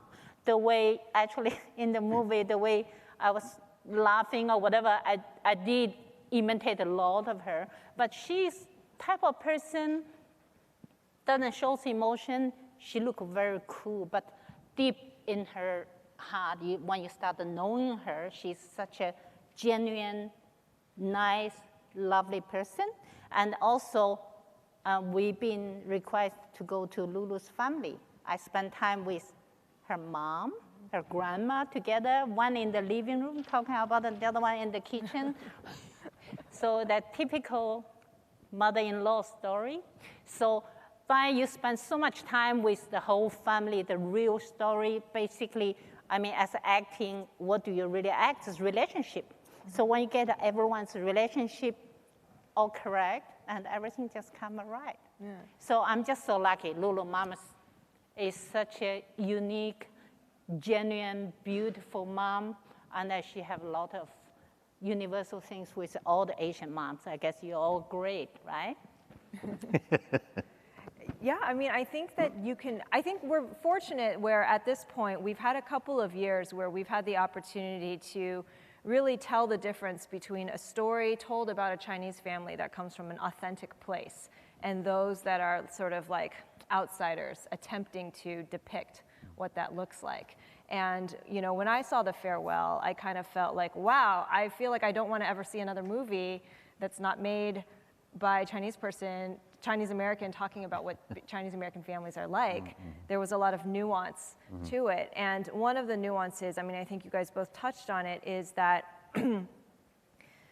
I think what was great was there were elements, obviously, I recognized of my own parents, you know, in your depictions. And part of that was the fact that Billy's dad and mom have very different relationships with her. It's a different dynamic. It's not just you know, just like whatever, here's the man version, here's the female version of her parents. Can you talk a little bit about how you developed and what your understanding of, you know, your specific parent-child relationship in this movie was? You know, she relates to her dad really differently from how she relates to her mom. Absolutely. Yeah. I think, I mean, Lulu's daddy's girl, for sure. Mom is more of a partner. I mean, they have such an intense relationship between mother and daughter that you have. But she also relies on mom, you know, in terms of her work. She will run by mom and say, okay, what do you think of this writing? Because the script is in Chinese and in English. So, and you know, if you see in the film, 80% of the film's in Mandarin. Yeah.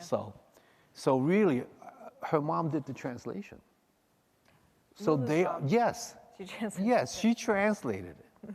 So you're talking about, you know, they're more like these coexisting partners, you know, in their work. Whereas dad is more of a emotional support because they can fight. Trust me. I mean, mom and Lulu, it's just like they can, you know, they can duke it out in some really meaningful fights, man. And Haiyan, the ultimate diplomat, really. I think he navigates that world so beautifully. And I'd say The Farewell, just within The Farewell, really, there's like about 4 of the films. Yes. That she can make, and they will all be really interesting. So. I heard even audition the mom roles. Actually, Lulu mom was involved. Oh my God. This one too ugly. And then they said, that's not real you. Yeah. And then they said when she saw my audition, she said, she seems to understand. That's so funny. Yeah, no, I can see that. And to be honest, sometimes my mom helps me translate my Chinese interviews. So really? It's all a collaborative partnership. So cool. Yeah. On the same side, like I think, you know, just as you guys have very different relationships with your daughter in the film, you guys also have very different relationships with China. And I think part of what I noticed about that was, again, I think this is something that maybe people who are ABCs or other like Asian Americans can relate to, is the language, the fact that Billy and her dad mostly speak in English. And I think that means something about how her dad feels about his life decisions. And Billy and her mom speaks Chinese to her. Yeah. Again, similar to how my mom speaks to me mostly in Mandarin, and like I'll usually speak in English back, or sometimes, you know, but was that a conscious, I'm just curious about when you guys were making the film, like, were these things that you talked about? Was it already on the script? You know, how did that come about? I think Lulu kind of I think yes. I think that those are the dynamics. But Lulu is also very smart, knowing that I am not a native Mandarin speaker. So she knows that, you know what, maybe better keep his dialogue more with the English side than the Mandarin side. But she never tells me that, which is great, because it's not like, then you sit back and say, oh my God, I sound terrible. And then there's a coach on set, and he was terrific. He was a professor, a drama professor at the university in Changchun. And, okay. But really, I think both is the director's calculation on who we are as people and the actual dynamics, within the family between, mother-daughter and father-daughter. And I think they're both is true, and she navigates that really well too. Lulu is good on the way, like even her mom translate the script and somehow whatever on set, I said, no, that doesn't sound right. It's not really natural. Normally we wouldn't use that this way to put, unless you're on the writing. And she lets us to do whatever she thinks the best. So to give us a lot of freedom, that makes things Well, because you can do it. You see, she could do that. Because I couldn't do that in English. But her language is so fluid. Yeah. That she can actually make those, suggestions and changes. I mean, you ask me, I wouldn't be able to do it. I'd be sitting there, yeah, okay, whatever you want. Just give me the page, and we're set, So. Well, I mean, again, last year when we all saw Crazy Rich Asians, for me, and I think for a lot of Asian Americans, it was the first time we had seen a film in which people looked like you and sounded like you at the same time. Because a lot of times for Asian Americans, that's always been different. You watch a movie in English and they're white. Or you watch a movie with all Asian faces and they're speaking Chinese or they're speaking Korean or Japanese. And Crazy Rich Asians was the first time we had both. And then when I saw The Farewell, it was the first time where I saw a movie that just flipped back and forth, from Zhongwen to English, like back and forth, like you don't even know. I hope you understand my English. And that, no, I do. Diana, I understand your English because you sound like my mom. So that's why I understand exactly. And my mom, sorry. I don't need to perform. That's my natural accent. Sorry about that. I'm sure most of your moms like that, right? So easy to understand. Right? I mean, to me, I've always joked, and my mom will joke, she speaks with such confidence. She's very confident in her English. Like me. So she'll say things, and then at the store, people will be like, wait, am I saying that word wrong? But, expensive. This is too expensive. And people were like, oh, yeah, it's too expensive. You're right. I love my mom. It's just confidence. That's all that matters. She wills you to do that. She wills you. She wills you to do that. Her. That's right. But that was very true to the character.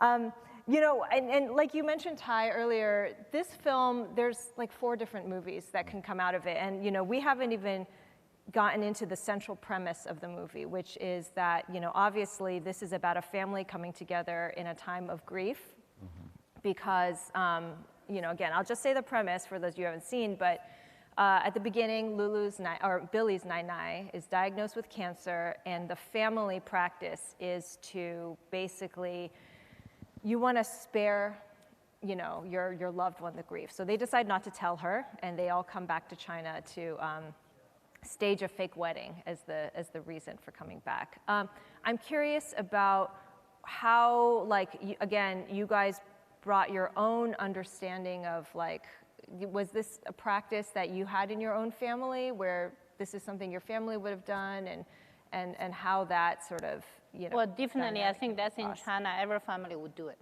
Would do it that way? Yeah, so everyone believed the manpower.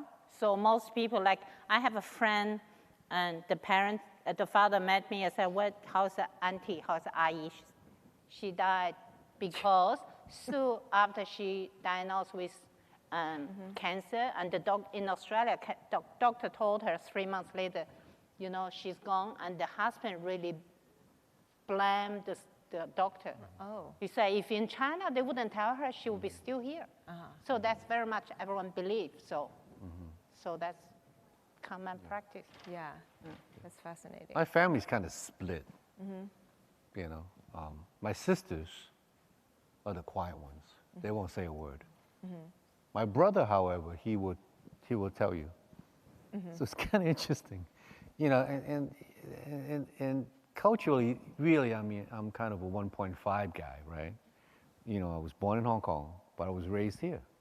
So it's a real dilemma for me to watch the family dynamics, because I know my sisters will never, ever talk about their own illnesses, not even to each other. But my brother will come and say, you know, I don't feel good. So it's kind of interesting. I'm not quite sure. I mean, that was one of the first questions that I asked Lulu. I said, what statement are we making here? Ultimately, are we saying that we shouldn't be honest? Or what is your message?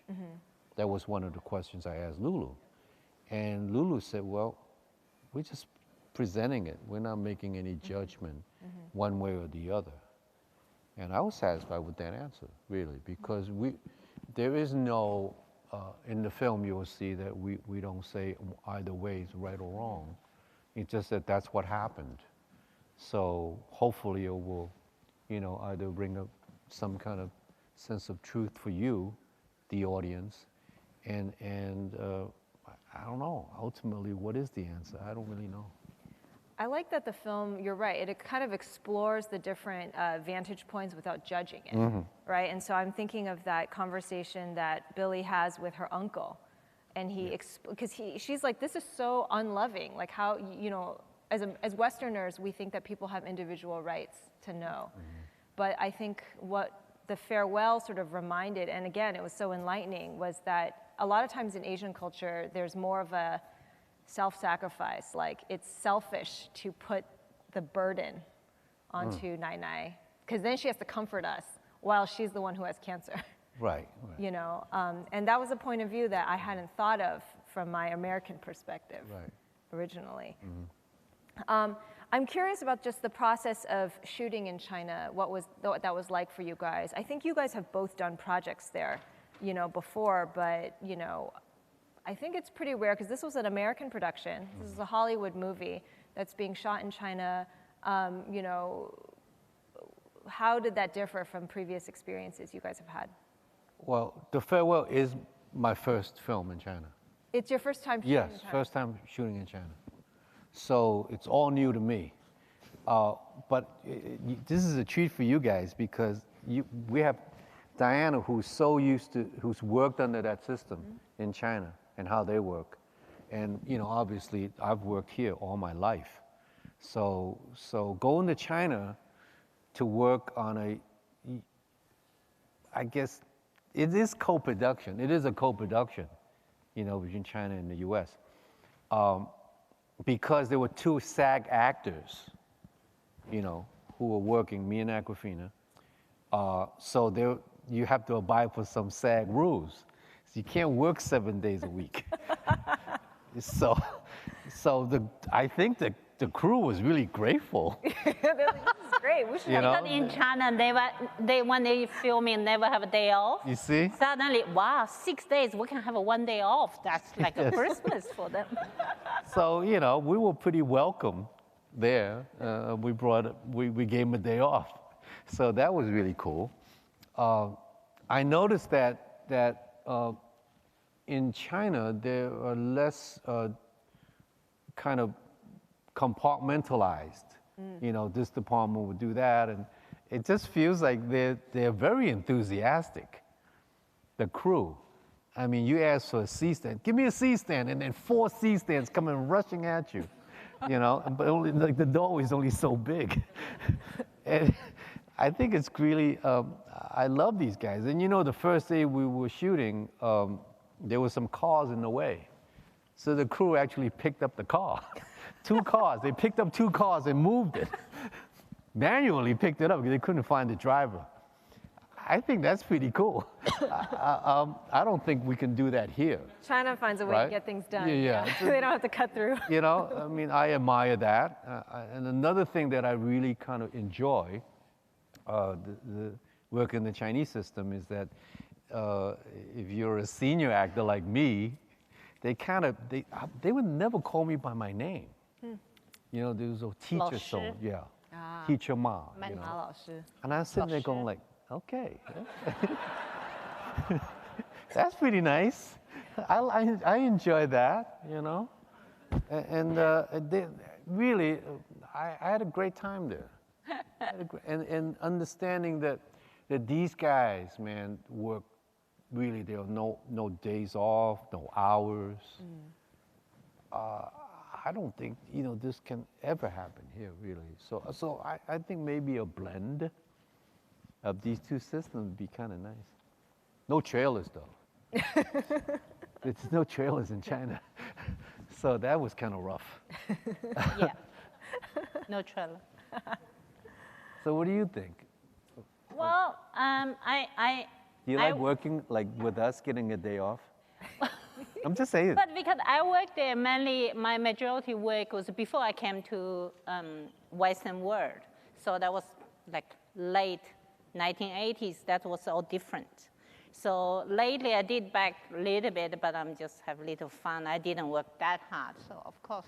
So when I signed contract, I said, I just want to have my conditions same as American. That's it. And where is that? Oh, I see. So your stuff has to be spelled out. No, so it has to be contractual. I don't need details as long as I'm same as American because I know I'm playing with them. Won't be too bad. Favored nations. Yes. I want to open it up to see if you guys have any questions for Diana and Ty. This is a good opportunity to tell them how you feel about watching the farewell. Yes, go ahead. Yes.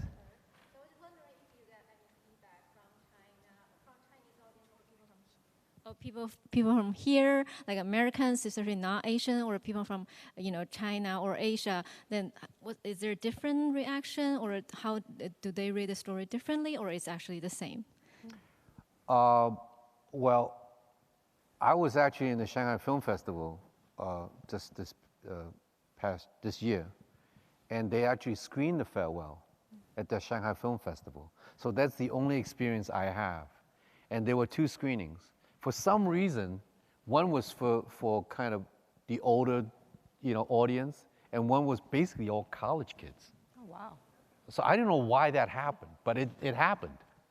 And I was at the college kids screening. And I noticed that there are certain places where the Chinese audience would laugh and the American audience didn't. And then you would have moments where you can hear the agreement from the audience. Oh. You can feel the nodding, and whereas here, those moments are not quite there. They kind of, and Western audience are more emotional about what happened for some reason. I don't know. Whereas the younger audience that I was part of the screening with, they kind of. They didn't really get emotional because they just feel that it's so normal. So it was kind of interesting, with that experience. So I don't know how the Chinese audience is going to react to this film. Hopefully favorably, that they would enjoy the film and enjoy the journey and enjoy our experience, as a family, and let the chip fall where they may. Well, I read a little bit Chinese Weibo, Toutiao. I don't know if you understand. She's connected. Yeah. Well, friends sent to me, and majority of them actually, and the young ones who's putting reviews, and I think they love it. And most of them just seen the really trailer, and they're so looking forward. Most of them, I think, teenagers. Hopefully. Oh, wow. Yeah. Good. So some people said, oh, so I'm start crying already just watching the trailer. And they would talk about the experience of their parents, grandparents, or whatever. Well, that's just some. Tell me what you told me in the green room about, the grandparents and the relationship between the grandparents. That's what I think. Maybe I'm wrong. I'm just an actor. I'm not a marketer. So. For me, I know that at this generation, the parents in China, the challenge, the business, I think all the parents are very busy. And for China, that's a very common way of let the children be looked after by grandparents. So somehow I'm thinking these generations have to be really strong relationship with the grandchildren, grandparents. I think they're going to like it. And majority of the audience in China, it is the young ones. Yeah. So I was hoping in that respect, maybe going to doing okay. You see? That makes sense? That makes sense. Yeah. That's pretty I think cool. so. That movie, if you haven't seen it already, it makes you miss your grandma like crazy. Yes. So it's really. For sure. Yeah, totally. Well, I think we're out of time. So I just wanted to thank you again, Ty and Diana, right? We're wrapping up. Thank you. Thanks for having us. Thank you guys so much. Thank you, Janet. Thank you. Thank you. Okay. We're done? Yeah. It was such a beautiful, heartwarming discussion. Yes, we are all missing our family right now, perhaps. Thank you. Thank you. Thank you. And the discussion, yes. Oh. The discussion about social media and youth and audiences in China is probably the perfect segue for our next very, very special guest who just arrived from Asia yesterday. He probably needs no introduction to this room. I could dazzle you with tons of statistics about how many records he's sold and the tens of million followers he has and the fact that probably every single person in China has listened to his music. If there were someone in the pop music world that could be likened to Bruce Lee in the martial arts world, it would be him. Please welcome to the stage, Wang Leehom.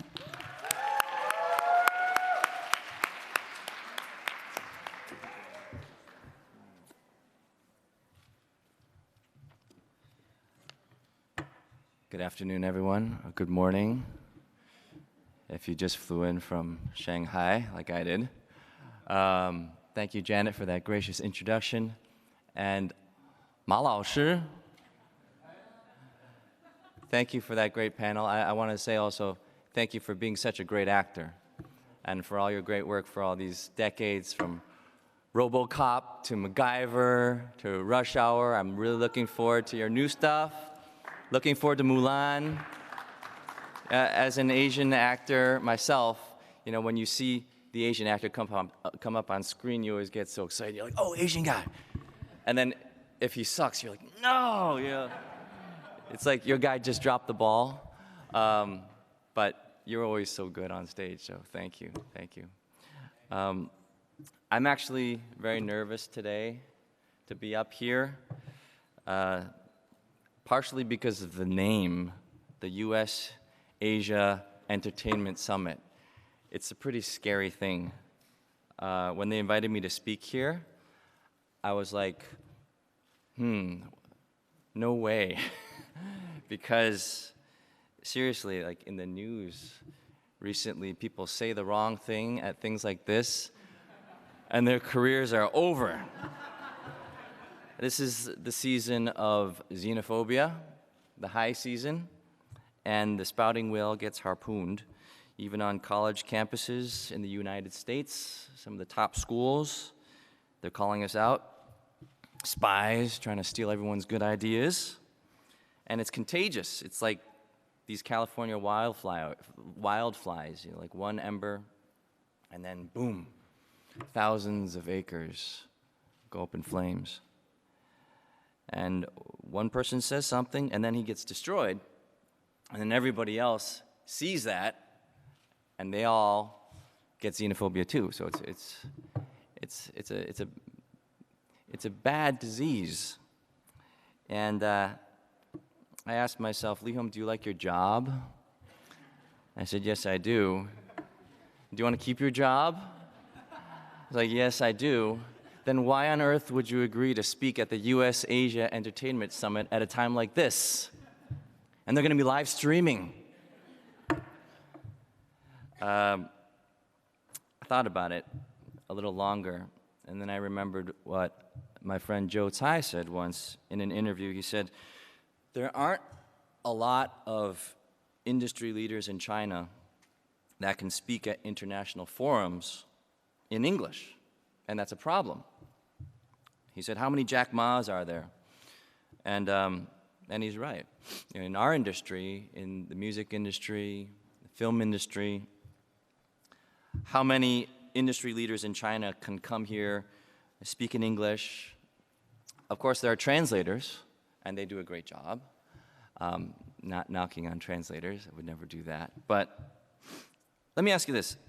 If anybody's ever gone to a Chinese restaurant in the United States and read the menu, you know that sometimes Chinese gets translated into English, and it's not exactly coming out right. We had some examples. I love these things. The Chinglish examples. We don't have the visual, but I'll read some of these case in points to you. By the swimming pool, there's a sign that says, 节约用水,文明你最美. In English, saving water, you are the best.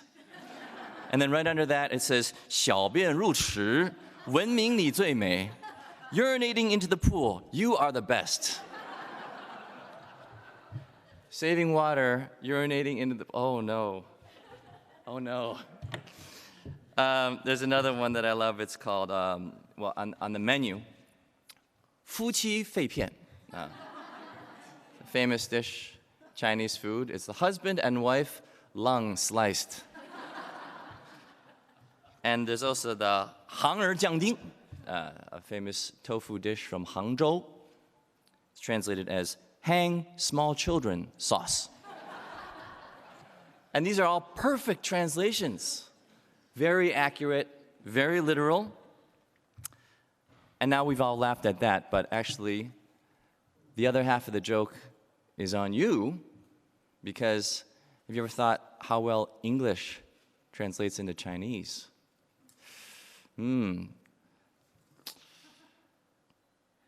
They have low culture, lot of poetic, and sometimes vulgar. You get what I'm saying? So I knew that Josai was right, and that I was screwed. I had to do this. But I thought, what am I going to do? What am I going to do? It dawned upon me that there was a simple solution. Say nothing that offends anyone. Say nothing controversial. Yes. At the same time, address the one thing that is the biggest problem, and I think that's the disease itself, xenophobia. The fear or hatred of the foreign, because that's really the problem. And I always say my big fat claim is that what we do, making music, making movies, telling stories, can fix that problem. And what's so special about pop culture? Well, I made the analogy once that China and the US are like roommates freshman year of college. They're these perfect strangers, and all of a sudden, living in the same room, sharing the same bathroom, shower. It's in the sharing, though, and the codependency or the yin-yang aspect of it all that gives us the potential for or the potential to become best friends. I remember one day I came back to my dorm room when I was in college, and the door was locked. And there was a girl in the room. My roommate had brought his girlfriend back, and I was like, I could hear them in there, and I could have, banged down the door. I was like, come on, guys, I got early class tomorrow morning, come out. But I just kind of went into the common room and took a nap on the sofa. The next thing I knew, my roommate was shaking me awake, and he was so apologetic. He was like, oh, thanks, man. I didn't know one thing would lead to another, and it would take so long. And he'd never been so nice to me before, right? He shook my hand. He's like, thank you, bro. How can I pay you back for this? And we'd helped each other out. And it was beautiful. And that's one of the reasons why we became such great friends. Let me ask you, for those of you in the crowd who are as old as I am, can you remember when there was no such thing as politically correct? You remember when PC just started? Well, before PC, those were good times, right? You could say whatever you want. You could run your mouth. No one would ever troll you on social media. No one would cancel you. Yeah, they're canceling people these days. Have you read about that? That's cold. But sometime in the 80s, I remember I was in junior high, one of my buddies was like, you can't say black anymore. I was like, you can't say black, really? Yeah, it's African American now. I was like, okay, African American. Yeah, black isn't PC. I'm like, PC, what's that? Is it politically correct? Oh, all right.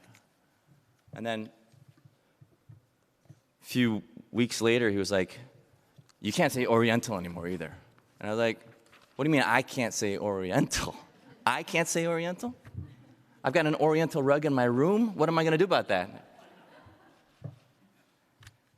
He's like, I don't know what you're going to do about the rug. What do they call it? I still don't know, but Oriental's not PC anymore. I'm like, oh, politically correct. He's like, yeah. So if someone says Oriental, I'm supposed to be offended now, right? He's like, yeah. Okay. Got it. And that transition, do you guys all remember that? It was weird at first, but now it's kind of second nature, right? It's Asian American, African American, LGBTQ, all these terms now just kind of roll off the tongue, like second nature now. But it's really because the country's getting bigger, and we start realizing that, yes, there are actually hundreds of millions of people living together, and we have to be respectful. And what's happening now is that everything has gone global, right? Worldwide. So we have to be not just PC in the USA, PC in the PRC. You like that one? How about this one? You also got to be PC in the whole WORLD. Sorry. What a drag, though, right? I don't want to live in these times. But guess what? It's not as bad as you might think. Because I have this gift, this great gift, this privilege that a lot of people don't, which is I live in China. I'm Chinese, and I'm seen as a Chinese in China. And I grew up in America, and when I come here, I'm seen as an American.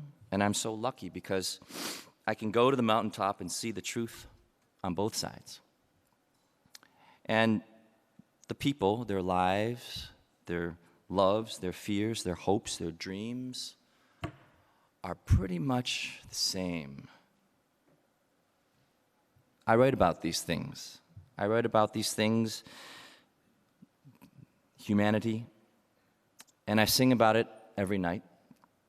And if it wasn't true, then I think people probably would not be listening to my songs, probably would not be coming to the concerts.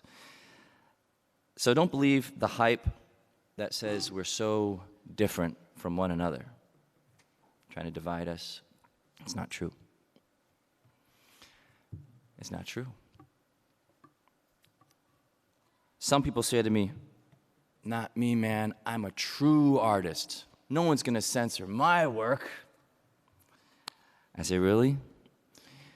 You ever work with a major Hollywood studio before? Talk about compromises, right? I don't know any director who gets first or final cut, right? Or first cut, really. I don't know many musicians here who also don't have to spend lots of time in meetings with the label, with their A&R people, who say, oh, that's a nice song, but it's not going to make the record, or yeah, that's a good song, but maybe you could change the title and that word over there. I mean, nobody said it was easy to make a hit. It's like that Coldplay song. Nobody said it was easy to make a hit. So, look, if you want to run your mouth or run a coffee house on the street corner, I think you the man, those are your house rules. Your house rules, right? But if you hope someday that your coffee house can become a franchise, it becomes Starbucks, then you got to start learning the rules of the global game. That's all I'm saying. And it doesn't always suck because there are a lot of other things that are awesome that can come out of this era of globalism. Let me put it this way. In our industry, we're all members of the entertainment industry, right? Some of us make movies, some of us make music. We're in LA, so I assume everybody's involved in this industry somehow. What's the biggest pain point for us in our industry? Well, I think it's the fact that 90% of movies lose money, right? That's rough. If you make a stinker, then your next film doesn't get made. If you make 2 bombs in a row, that's a lot of pain. But simple math, the annual box office in the United States is $10 billion. The annual box office in China is also $10 billion. So double dip box offices, and you double your chances of recouping. So instead of 9 out of 10 movies lose money, potentially only 8 out of 10 movies could lose money. And here we are, still making movies. But let's look at the trend. 5 years ago, the US was already here, $10 billion a year. China was way down here.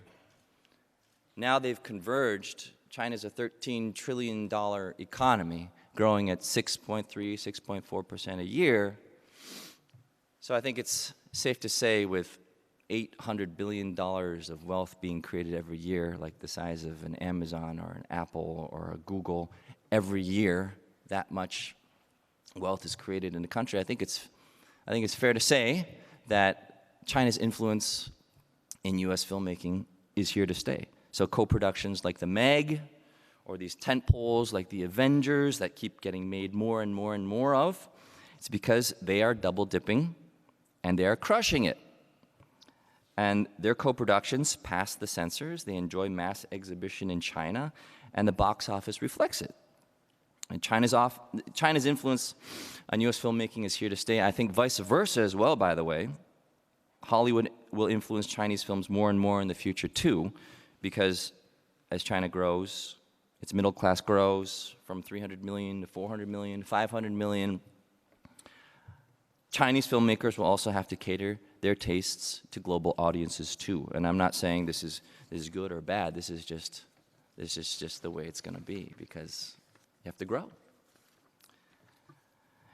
When you're able to get past those funny translation issues and cultural differences and ideological and political differences, and really strip it down to what Tony Robbins calls the basic human needs.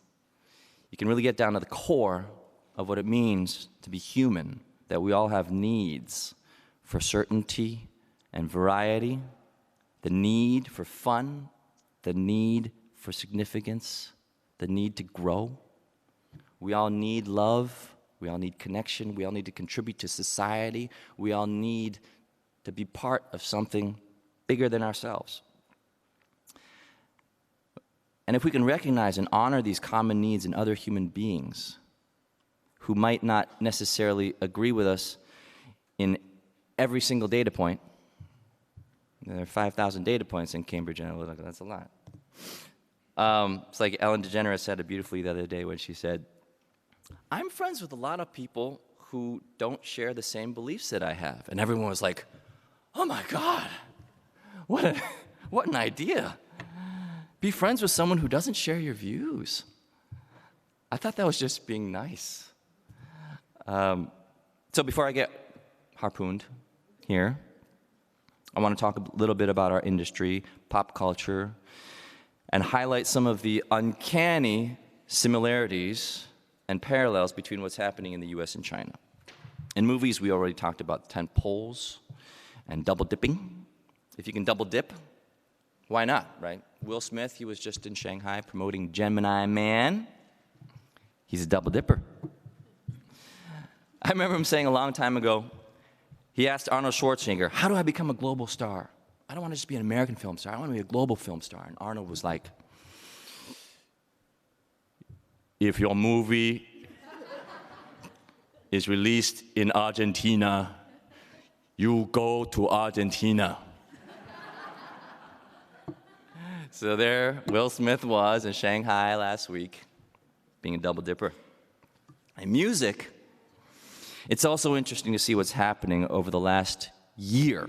Just year. Same thing in China and the U.S. In China, Douyin took over. In the U.S., TikTok took over. And they're the same app. Isn't that incredible? So in the U.S., TikTok was responsible for this Old Town Road, you know, all those guys dressed up as cowboys doing that same dance that you saw. It's 15 seconds long and you just can't not see it. The meme.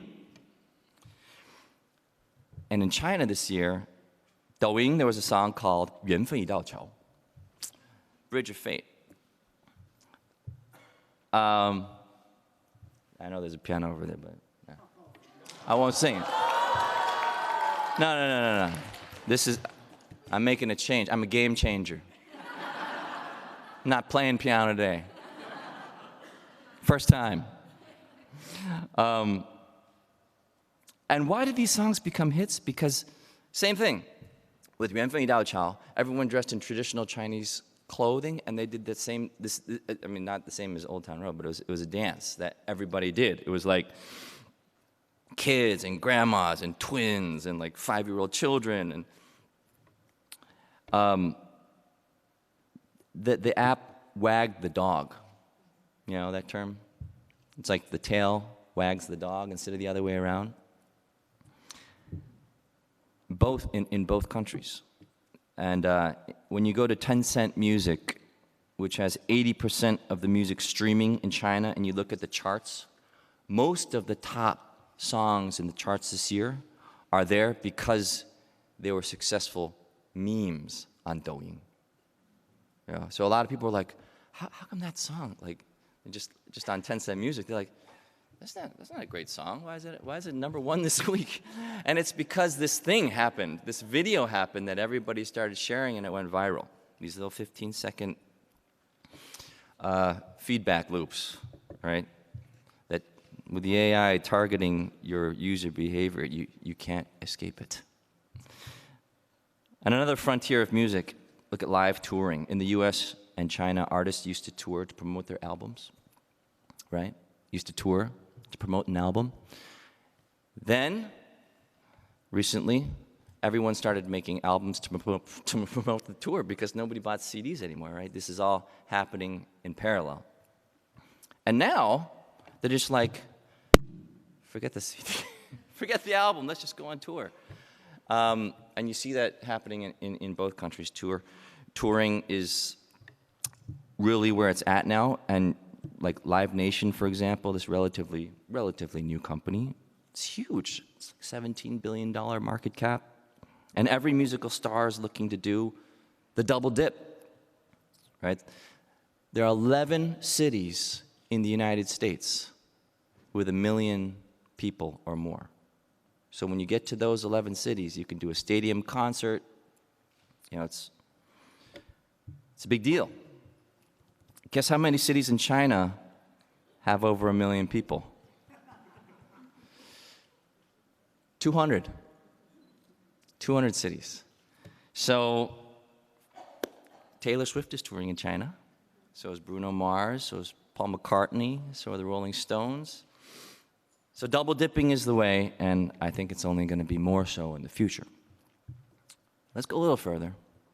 In the realm of television. This is interesting because I think you'll get a kick out of this next example. The highest rated music TV show in the United States gets nominated for Emmys every year. In its 16th season is The Voice. Guess what? The highest rated music TV show in China is The Voice. Now, and it's coming up on its 9th season. I know a little bit about it because I'm a mentor on the show.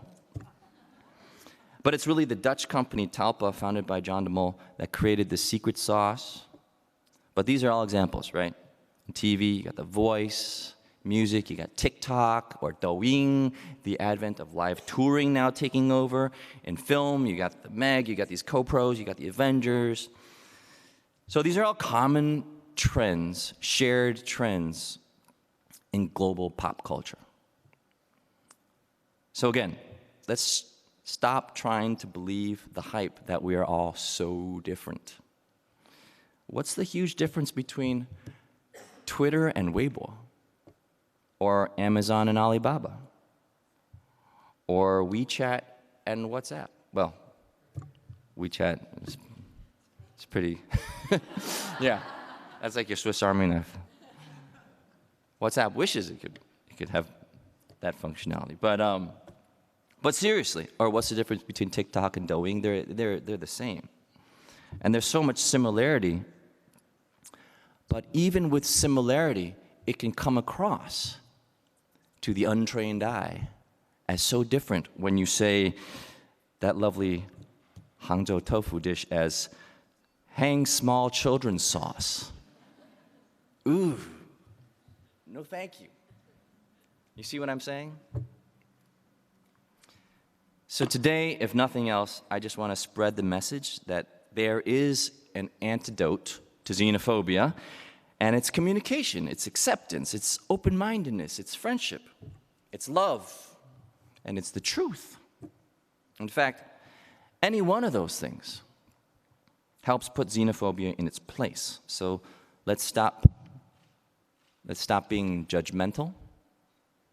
Let's stop discriminating Chinese students on U.S. college campuses, because I can't think of a better way for China to understand the U.S. than coming here during the formative years, learning and befriending Americans, and going back home, knowing the truth that we are not all low culture, not poetic, and sometimes vulgar. This isn't a zero-sum game. If you make $1, that doesn't mean I have $1 less in my pocket. That's the type of thinking that leads to the trap called the Thucydides trap, right? Which is all too often made mistake in the course of human history when one rising power threatens another and it ends in catastrophe. We should learn from history and know better than to fall for that old trap. Instead, let's remember the words of Dale Carnegie. When two people agree on everything, one of them is unnecessary. So let's stop being judgmental and start appreciating each other's differences, because it's our differences and how we face them that make us better. So now I would like to, if we have any time, open the floor and put my career on the line here. If anybody asks me, thank you very much.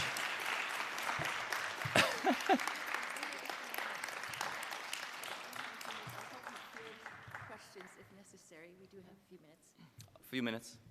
That was utterly profound, Leehom, and you sort of summarized the whole day perfectly. We've been good. all trying to come at these topics from so many different angles. All right. And you just did the perfect job of So we can saying it party all. now. Yes, We can party now. All right. But I hope there's someone out there with a mic. I assume there are people with questions. Questions?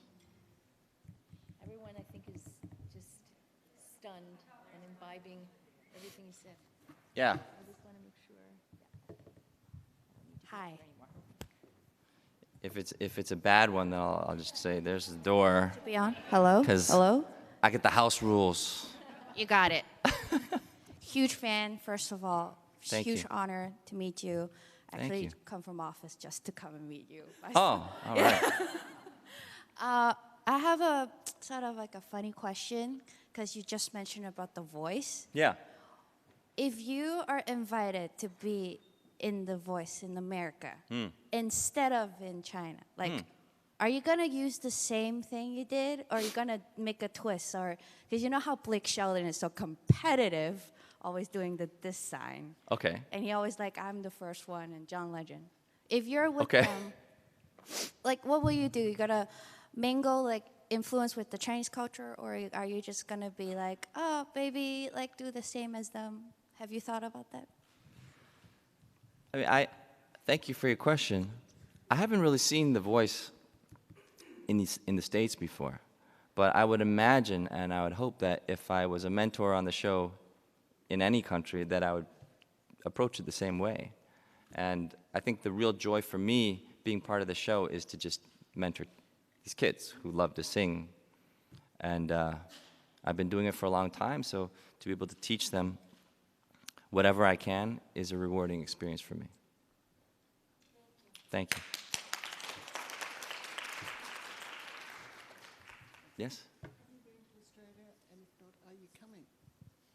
Yes, I have been to Australia. Thank you for your question. Have I been to Australia, and if not, am I coming? Definitely. And I'm looking forward to meeting Kevin Rudd, the Honorable Prime Minister of Australia, who apparently is here today. And I can remember when I heard him first speak in perfect Mandarin Chinese, I was like, 这个世界有希望了. You know, I was like, there's hope for the world. So I love Australia. I've performed in Sydney and Melbourne before, and currently I'm on tour, and I hope our tour will very soon come to Australia. Thank you. Let's talk. Yeah, Queensland. Let's talk. Yeah. Yes. Yeah. So being here at the U.S. Asia Entertainment Summit, I'm seeing so many friendly faces, actors, talents, directors, producers, financiers. We got the bank here. I mean, this is like pretty awesome. You know, I've always wanted to do more work in Hollywood. My agent from CAA, Alex Maybet, is here. My manager from Untitled, Jason Newman, is here. And this has always been our dream, really, to that one day an Asian actor can get cast in this town in a role that wasn't necessarily written Asian. I think that's like the dream, right? And I still want to believe in that dream, like I want to believe in Santa Claus. but yeah, as I get older and I understand how films are made, it's like now I'm more like, yo, East West Bank, we got to talk about that. We need $20 million for the next film, you know, or like, you know, we got all the talent here, we got all the people. Like I just said, all the industry people, and we can do this, right? We can work together, and we can make great content. So I'm definitely more hopeful than ever. Yes. Hi.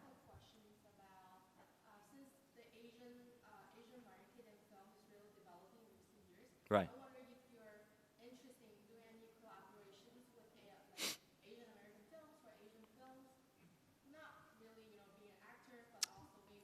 Yeah. Yeah. All aspects, all of that. I love it. I'm a collaborative person. I love working with other artists, creative people. That to me is super meaningful. So I would love to be involved with more Asian productions, Asian American productions as an actor, as a director, or as a musician, and really in any facet. Thank you. Yes.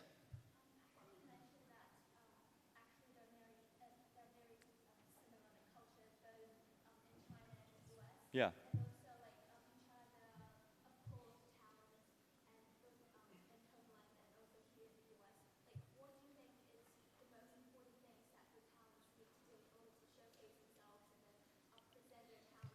Yeah. Yeah. That's a great question. So what is the most important thing for a talent? I think the most important thing is the repertoire. For a musician, it's the song. And the song is the good lyric and melody.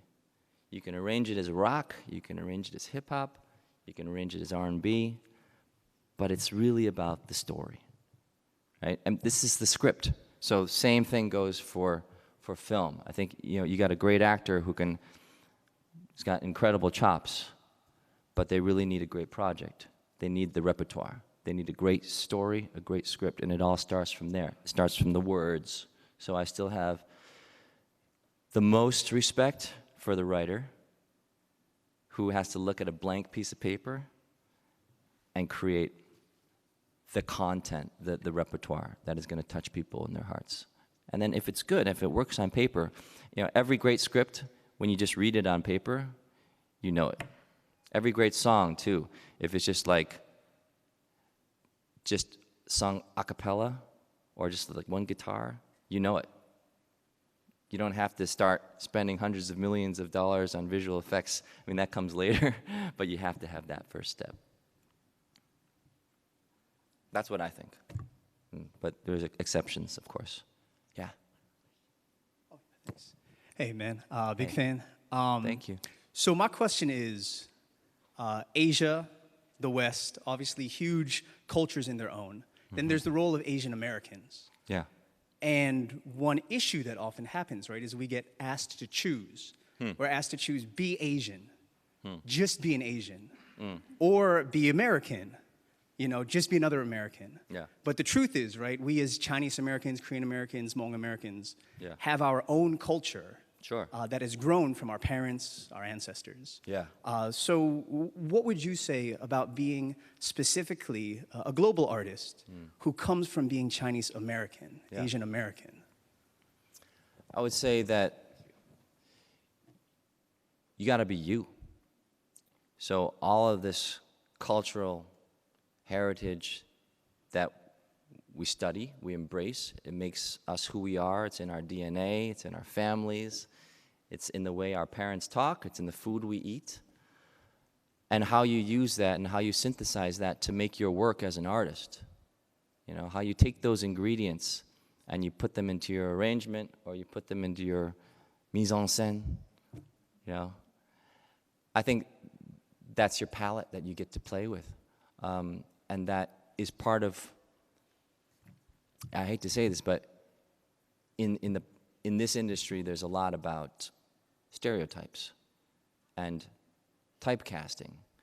And these are powerful tools, you know, because to get a performance where it needs to be, a lot of times, typecasting works. You know, you already believe that that person is who he is because of those pre-existing stereotypes. So you can use that too. You know, you can use those pre-existing stereotypes that people have, play with the rules, break the rules, but as long as you're conscious of it, I think that's the artistic license. All right, thank you.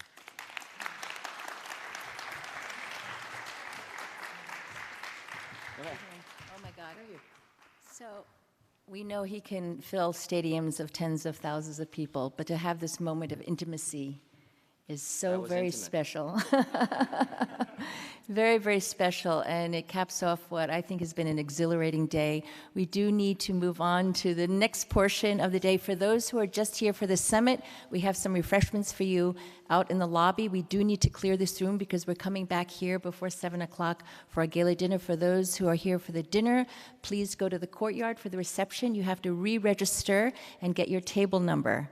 A lot of housekeeping. Feel free to post. That was such a brilliant, I'm going to think about this forever. You need to give a TED Talk, Wei Zhang. Seriously. And we thank you all so much for coming. I hope you enjoyed it. Thank you, Janet. That was a brilliant Great. Glad you liked it. so much. Got through a lot. He